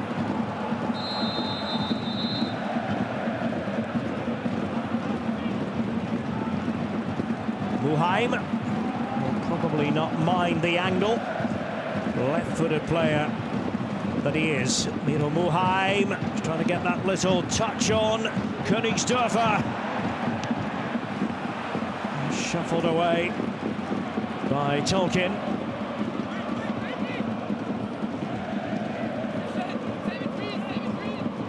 Instructions come from Marcel Rapp. Sahiti to take this. Kosovo international usually operates wide. And off Tolkien last of all.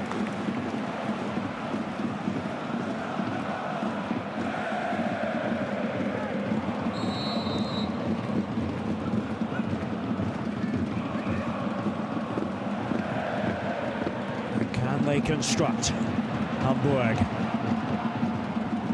Dompe on the left certainly helps the cause, you feel, in a creative sense. Be careful with his minutes, but he can be a game breaker, match winner. Sahiti. And low shot, always going wide off the boot of Muheim.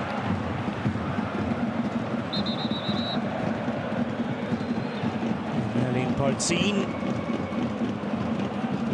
I'm sure is thinking about extra time and the strategy, what you want to do with your personnel. This stage of the proceedings.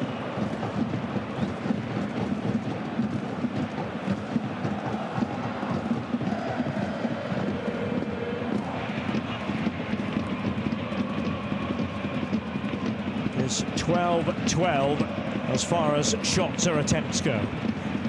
It's Hamburg still with the possession edge, 57% corners by a big margin with Kiel, 7-2. Challenges 1, well, even Steven there.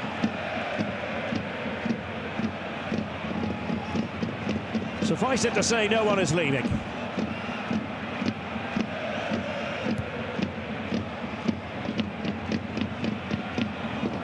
Can Hamburg chisel one more chance before this might go to extra time? Sahiti, it was Vieira who did well. Muheim shuffling it off to Torun Ariga. Dompe. They had Sahiti in there trying to put pressure on Weiner. It's been quite the lonely shift for Hares in attack. All of a sudden, they're able to switch on, and an appeal for handball as it came off Caprari. We've almost forgotten about him. He's almost disappeared from the game. And this second half slipped. Trying to avoid handling. 3.5 minutes into added time, and that will not help the HSV cause.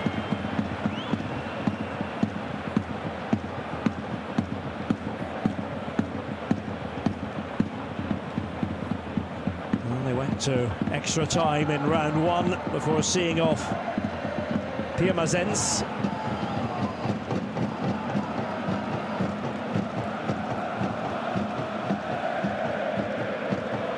We've had the 4 additional minutes. And that is going to be that. The tension will continue into extra time. Here at the Volkspark Stadion, we're none the wiser in terms of which one of these 2 northern clubs will go through to the quarter-finals of the DFB-Pokal. Hamburg, you would say, finishing the game the stronger of the 2 teams. Kiel have certainly had their moments. It's been something of a grinder, this, for both sets of players. After 90 minutes plus stoppage time, Hamburg 0, Kiel 0.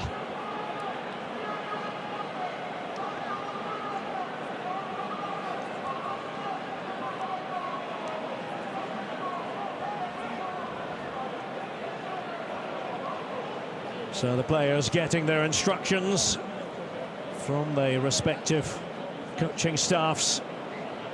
Marcel Rapp has actually never lost to Hamburg in his coaching career. Was on the staff at Hoffenheim as a milestone match for him, 150th competitive game in charge. All huddling together. There, the HSV players. And they've all put plenty into it. Lack of attacking punch has been a Hamburg problem. 15th competitive match of the season. Threatening to go goalless for a 7th time. 30 minutes of extra time coming up.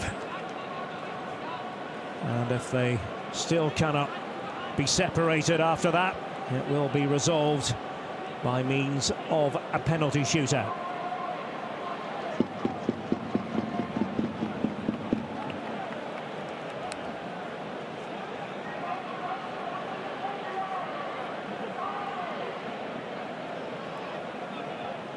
They're keeping tabs on the substitutions situation. Hamburg have used 3 of theirs. Eli Polzin.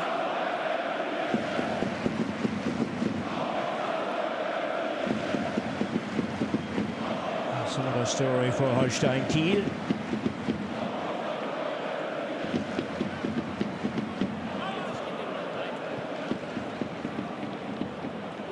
Well, can the Nord Tribune inspire a goal for Hamburg?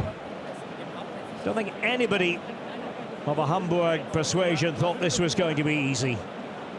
Too much knowledge about who Holstein Kiel are, what they've done against Hamburg in recent years. They've been spoilers, really. Angstgegner, good German word for it. Bogey team. Opponents to put fear in you, literally. And that has been the case at times in the course of this 3rd round tie.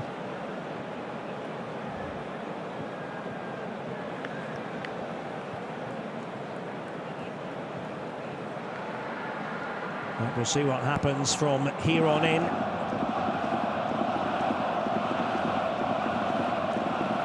Muheim is going back to that move late in the game when he fired it across Skull. Have to toss the coin again. Schwab now having taken over the armband for Holstein.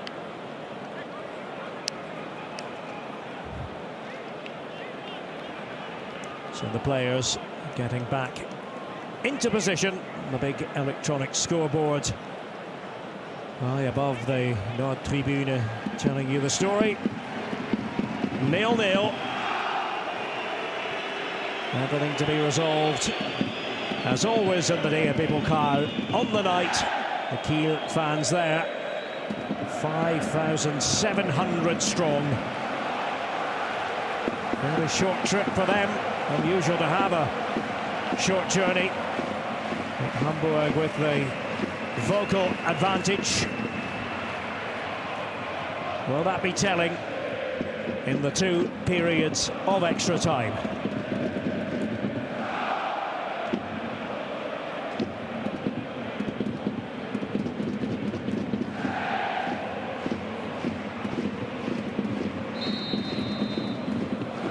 So this no-duel continues. No decision yet. Hamburg and Kiel. Is there going to be a knockout blow in extra time? Nekic forward. Got himself booked right at the end of the 90 minutes. Deciding to play that direct ball forward for Kapranik to pursue.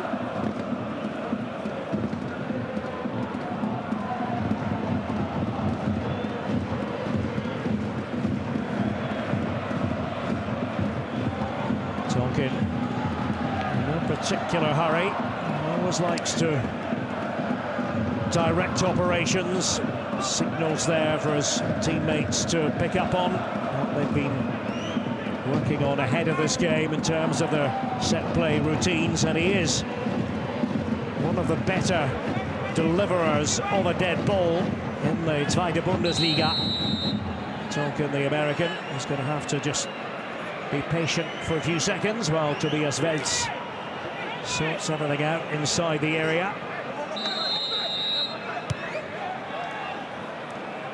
Tolkien has it back. And thereby Tolkien. And it was going to take a very special shot to trouble the Hamburg defence in that sort of position. A long way out it was. Vuskovic with a snap header. Maybe a chance here. Niehoff, one of the substitutes. That's straight to Dompe. He's not going to mind that at all. Natural runner with the ball at his feet. Jean-Luc Dompe, and that deep ball right into the centre of the attack for Philippe to go after. That was intelligent goalkeeping by Simon Weiner. Morunariga. Ball trying to unhinge the Kiel defenders. This is out Muheim, it comes to Dompe. And they couldn't quite use Königsdörfer to great effect in there. Morunariga for Ramos that time, and here's Sahiti. Disappointed with himself, I think. Disappointed certainly with the verdict.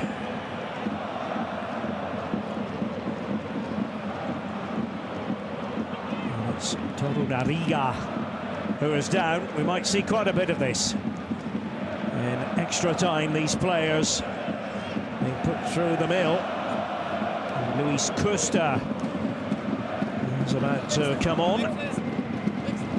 Fourth substitution for Holstein Kiel. Winter signing, last winter from Hansa Rostock. It originally come through the Knappenschmiede, as it's known, at Schalke, the youth ranks at Schalke. Now, a tale of what might have been for Kapranik.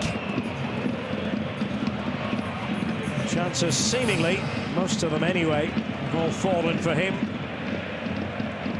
And Kuster will be the replacement. Saw him look as though he might be about to come on just at the end of stoppage time. And he is on now. Mentioned that he came from Hansa Rostock. Spent the Rückrunde, the second half of last season, with the Kiel under 23s. Scored the equaliser on match day 10 this season against Bochum.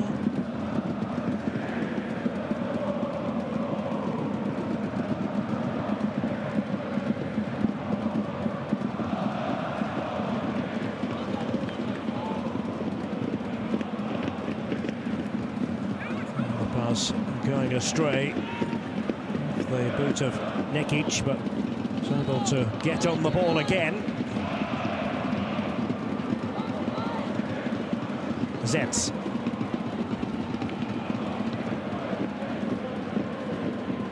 Meffert was there to win his tussle in the centre of the pitch. Muheim. Vuskovic.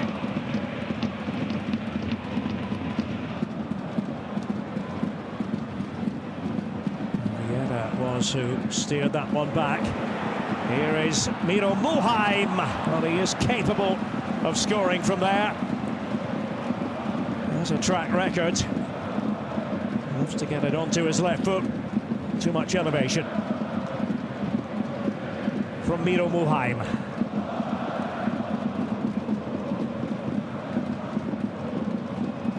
And encouragement comes from Merlin Polzin. Just over a year ago that he succeeded Stefan Baumgart as coach of Hamburger Sportverein. Ended up being the man who won promotion for them. Internal appointment.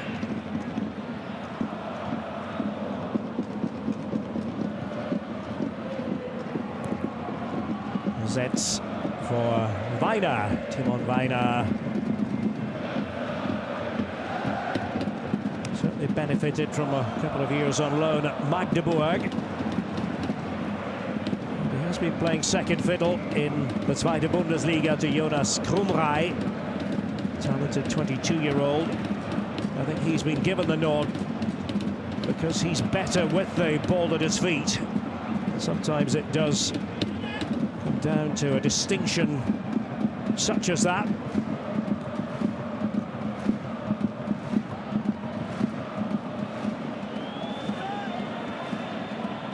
Bakary Yatta is going to be coming on, and it's great to see him back after the long injury absence. Not the only one coming on for Hamburg either. Abubakar Sumahoro will also be playing a part.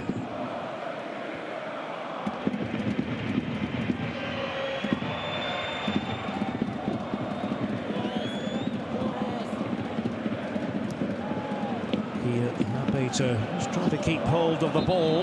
Did that across the touchline, looked that way. Costa made the move towards the ball. So here we go. Sumahoro to come on. Königsdörfer spotted that his number is up, and Toruna Riga as well. Abubakar Sumahoro, Tunisian defender, joined from Paris FC. Königsdörfer again, really flitting around the edges of the game. Meanwhile, we say, welcome back, Bakary Yatta. He hopes his injury nightmare is behind him.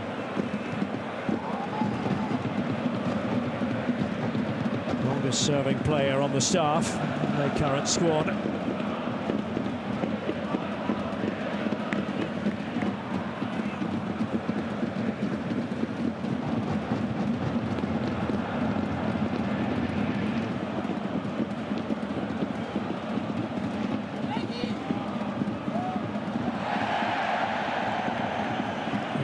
He was a long way from it, but had a good enough view. Muheim getting on with the game. Yatta, by the way, 29 goals and 217 total appearances for Hamburg. 4 goals in 17 DFB-Pokal matches. Here's Dompe. Meffert trying to give it back to him. A trick by Jonas Meffert, and that was right in front of Tobias Welz. And so Meffert joins the yellow card club.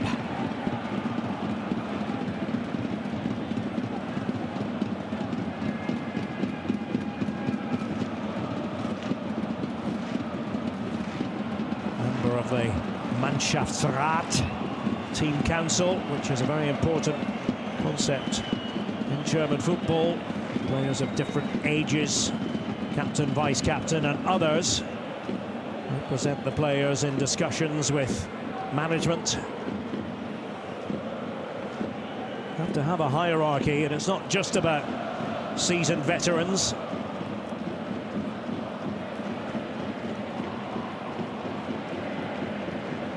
An extra shift for the fans in the Nordtribüne. Extra shift for everybody. And it's going to be into the early hours of the morning before the Kiel fans make it home.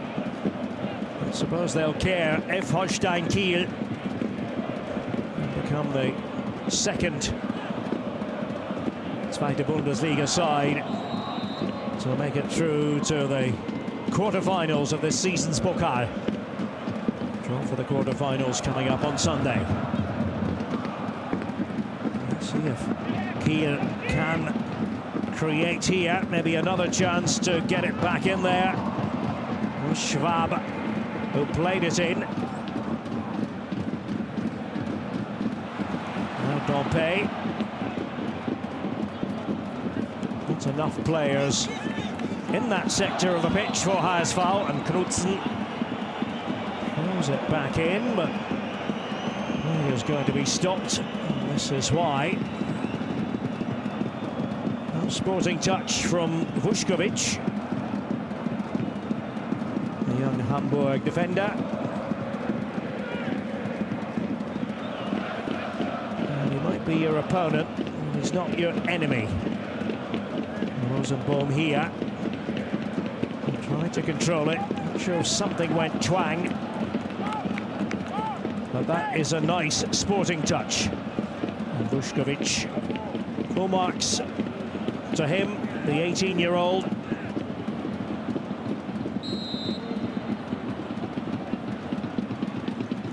Rosenbaum is going to get on with it.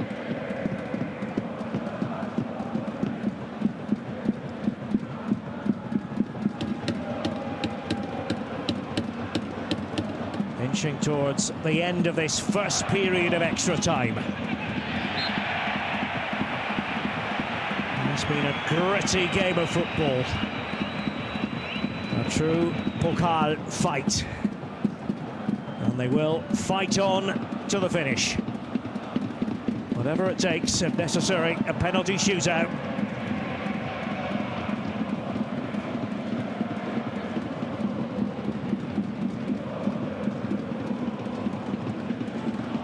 Kiel have been eliminated on penalties in 2 of the last 3 seasons.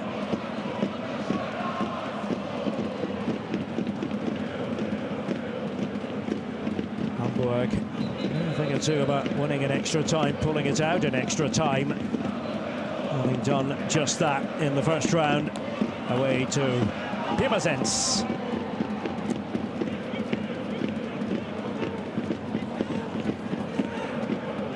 Muheim. He felt he didn't really have terribly good options.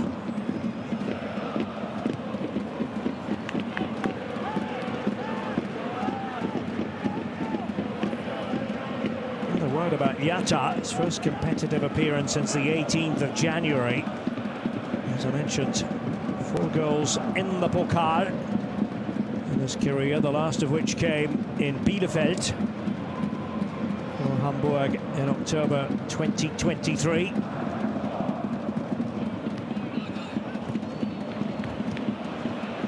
lot of very tired footballers out there, including Rosenbaum. Muheim for Haasval. Sumahoro's pass for Vuskovic.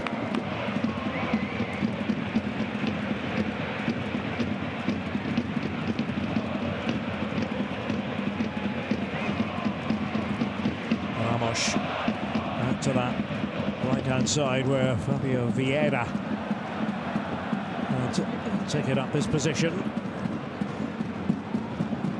It was carefully crafted by Hamburg. Might there yet be an end product here? It's gone through for the goal kick. Fabio Vieira in the thick of things. Just seemed to have Kiel a little bit discomfited there. That was Philippe. And then it was Fabio Vieira.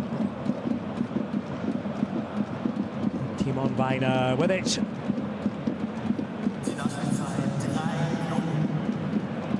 Three minutes of added time at the end of this first period of extra time.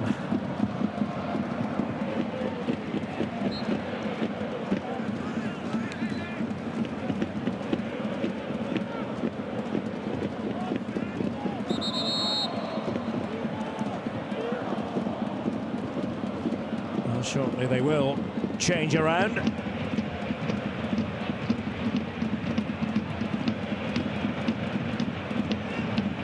Had a 0-0 match in this round of the Pokal,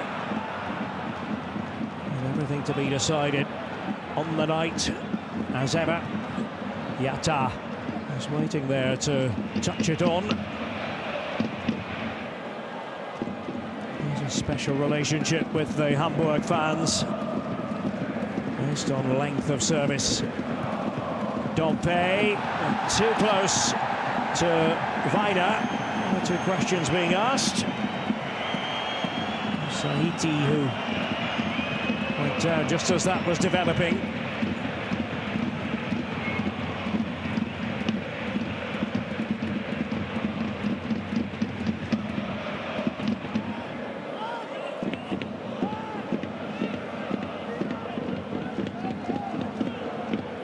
Keep track of shots or attempts. 15-13 Hamburg, but all of a sudden Kiel trying to open things up with Kuster. Looked for the right angle from which to attack. He was perhaps surprised to have the chance in the first place, but no fooling Ramos.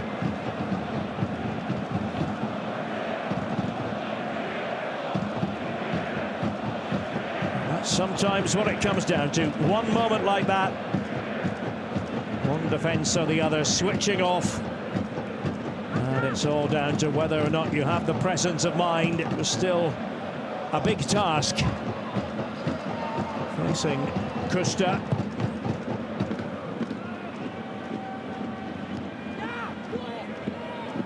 We've almost had the 3 additional minutes on top of the 15 for the first period of extra time.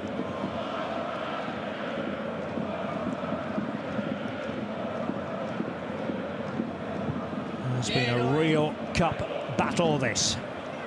And we're going to get strapped in for 15 more minutes, and then, if necessary, strapped in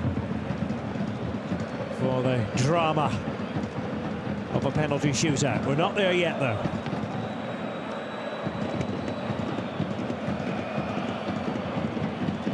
The 3 additional minutes, and Tobias Welz tells the players that will be all for the first period of extra time. So often when you get to this stage, it's about avoiding errors. Nobody wants to be remembered as the player who made a crucial mistake, costing his team a place in the quarterfinals of the DFB-Pokal. So much on the line. Marcel Rapp is taking Tolkien aside there. He wants to get everyone together, make sure they're on the same wavelength. But it is so often the case in extra time that the chances dry up a bit. That is a complete show of solidarity from Hamburger Sportverein. They've had 56% possession. Corner kicks very much with Kiel, 8-2 in their favour.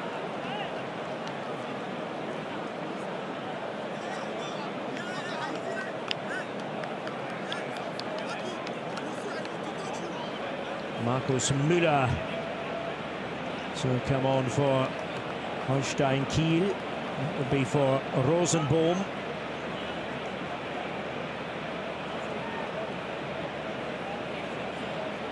One of the many booked players, 6 of them for Kiel in this game.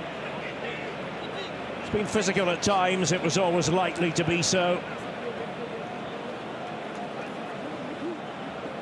There we go, with the change. There is Markus Müller, hails from Augsburg.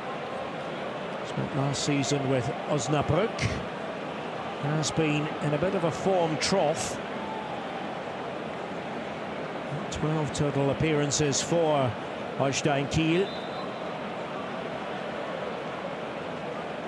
4 of them from the start. And Rosenbohm taking no further part in this match for Holstein Kiel.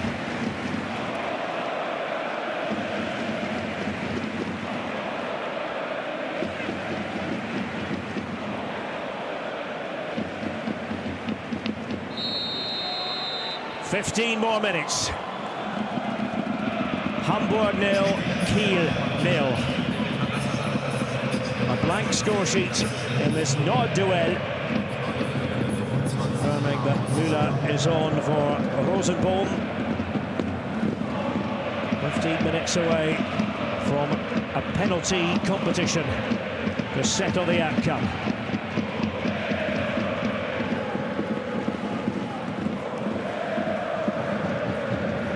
Last time Hamburg beat Kiel at home was 63 years ago in the Oberliga Nord, and the great Uwe Seeler was amongst the goal scorers. And they won't care who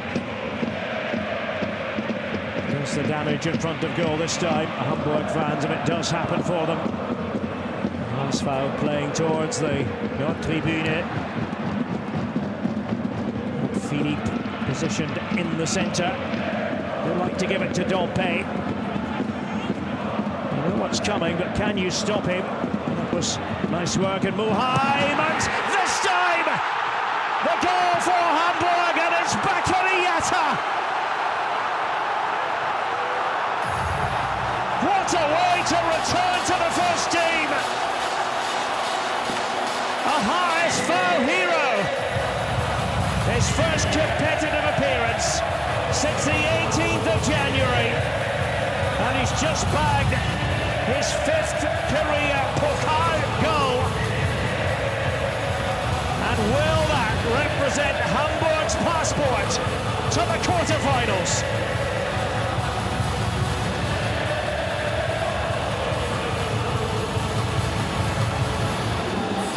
Right in front of the Nord tribune. Dompe trying to veer in. Tolkien found himself over on that side. And there was Mulheim, and there was Yatta. Timed his run perfectly. And Weiner couldn't get there. And at last the breakthrough for Haasfowl. It's another Hamburg late show. There have been so many in recent times. And look at the expression etched on the face of Bakary Yatta. It's been such an uphill climb for him in this calendar year.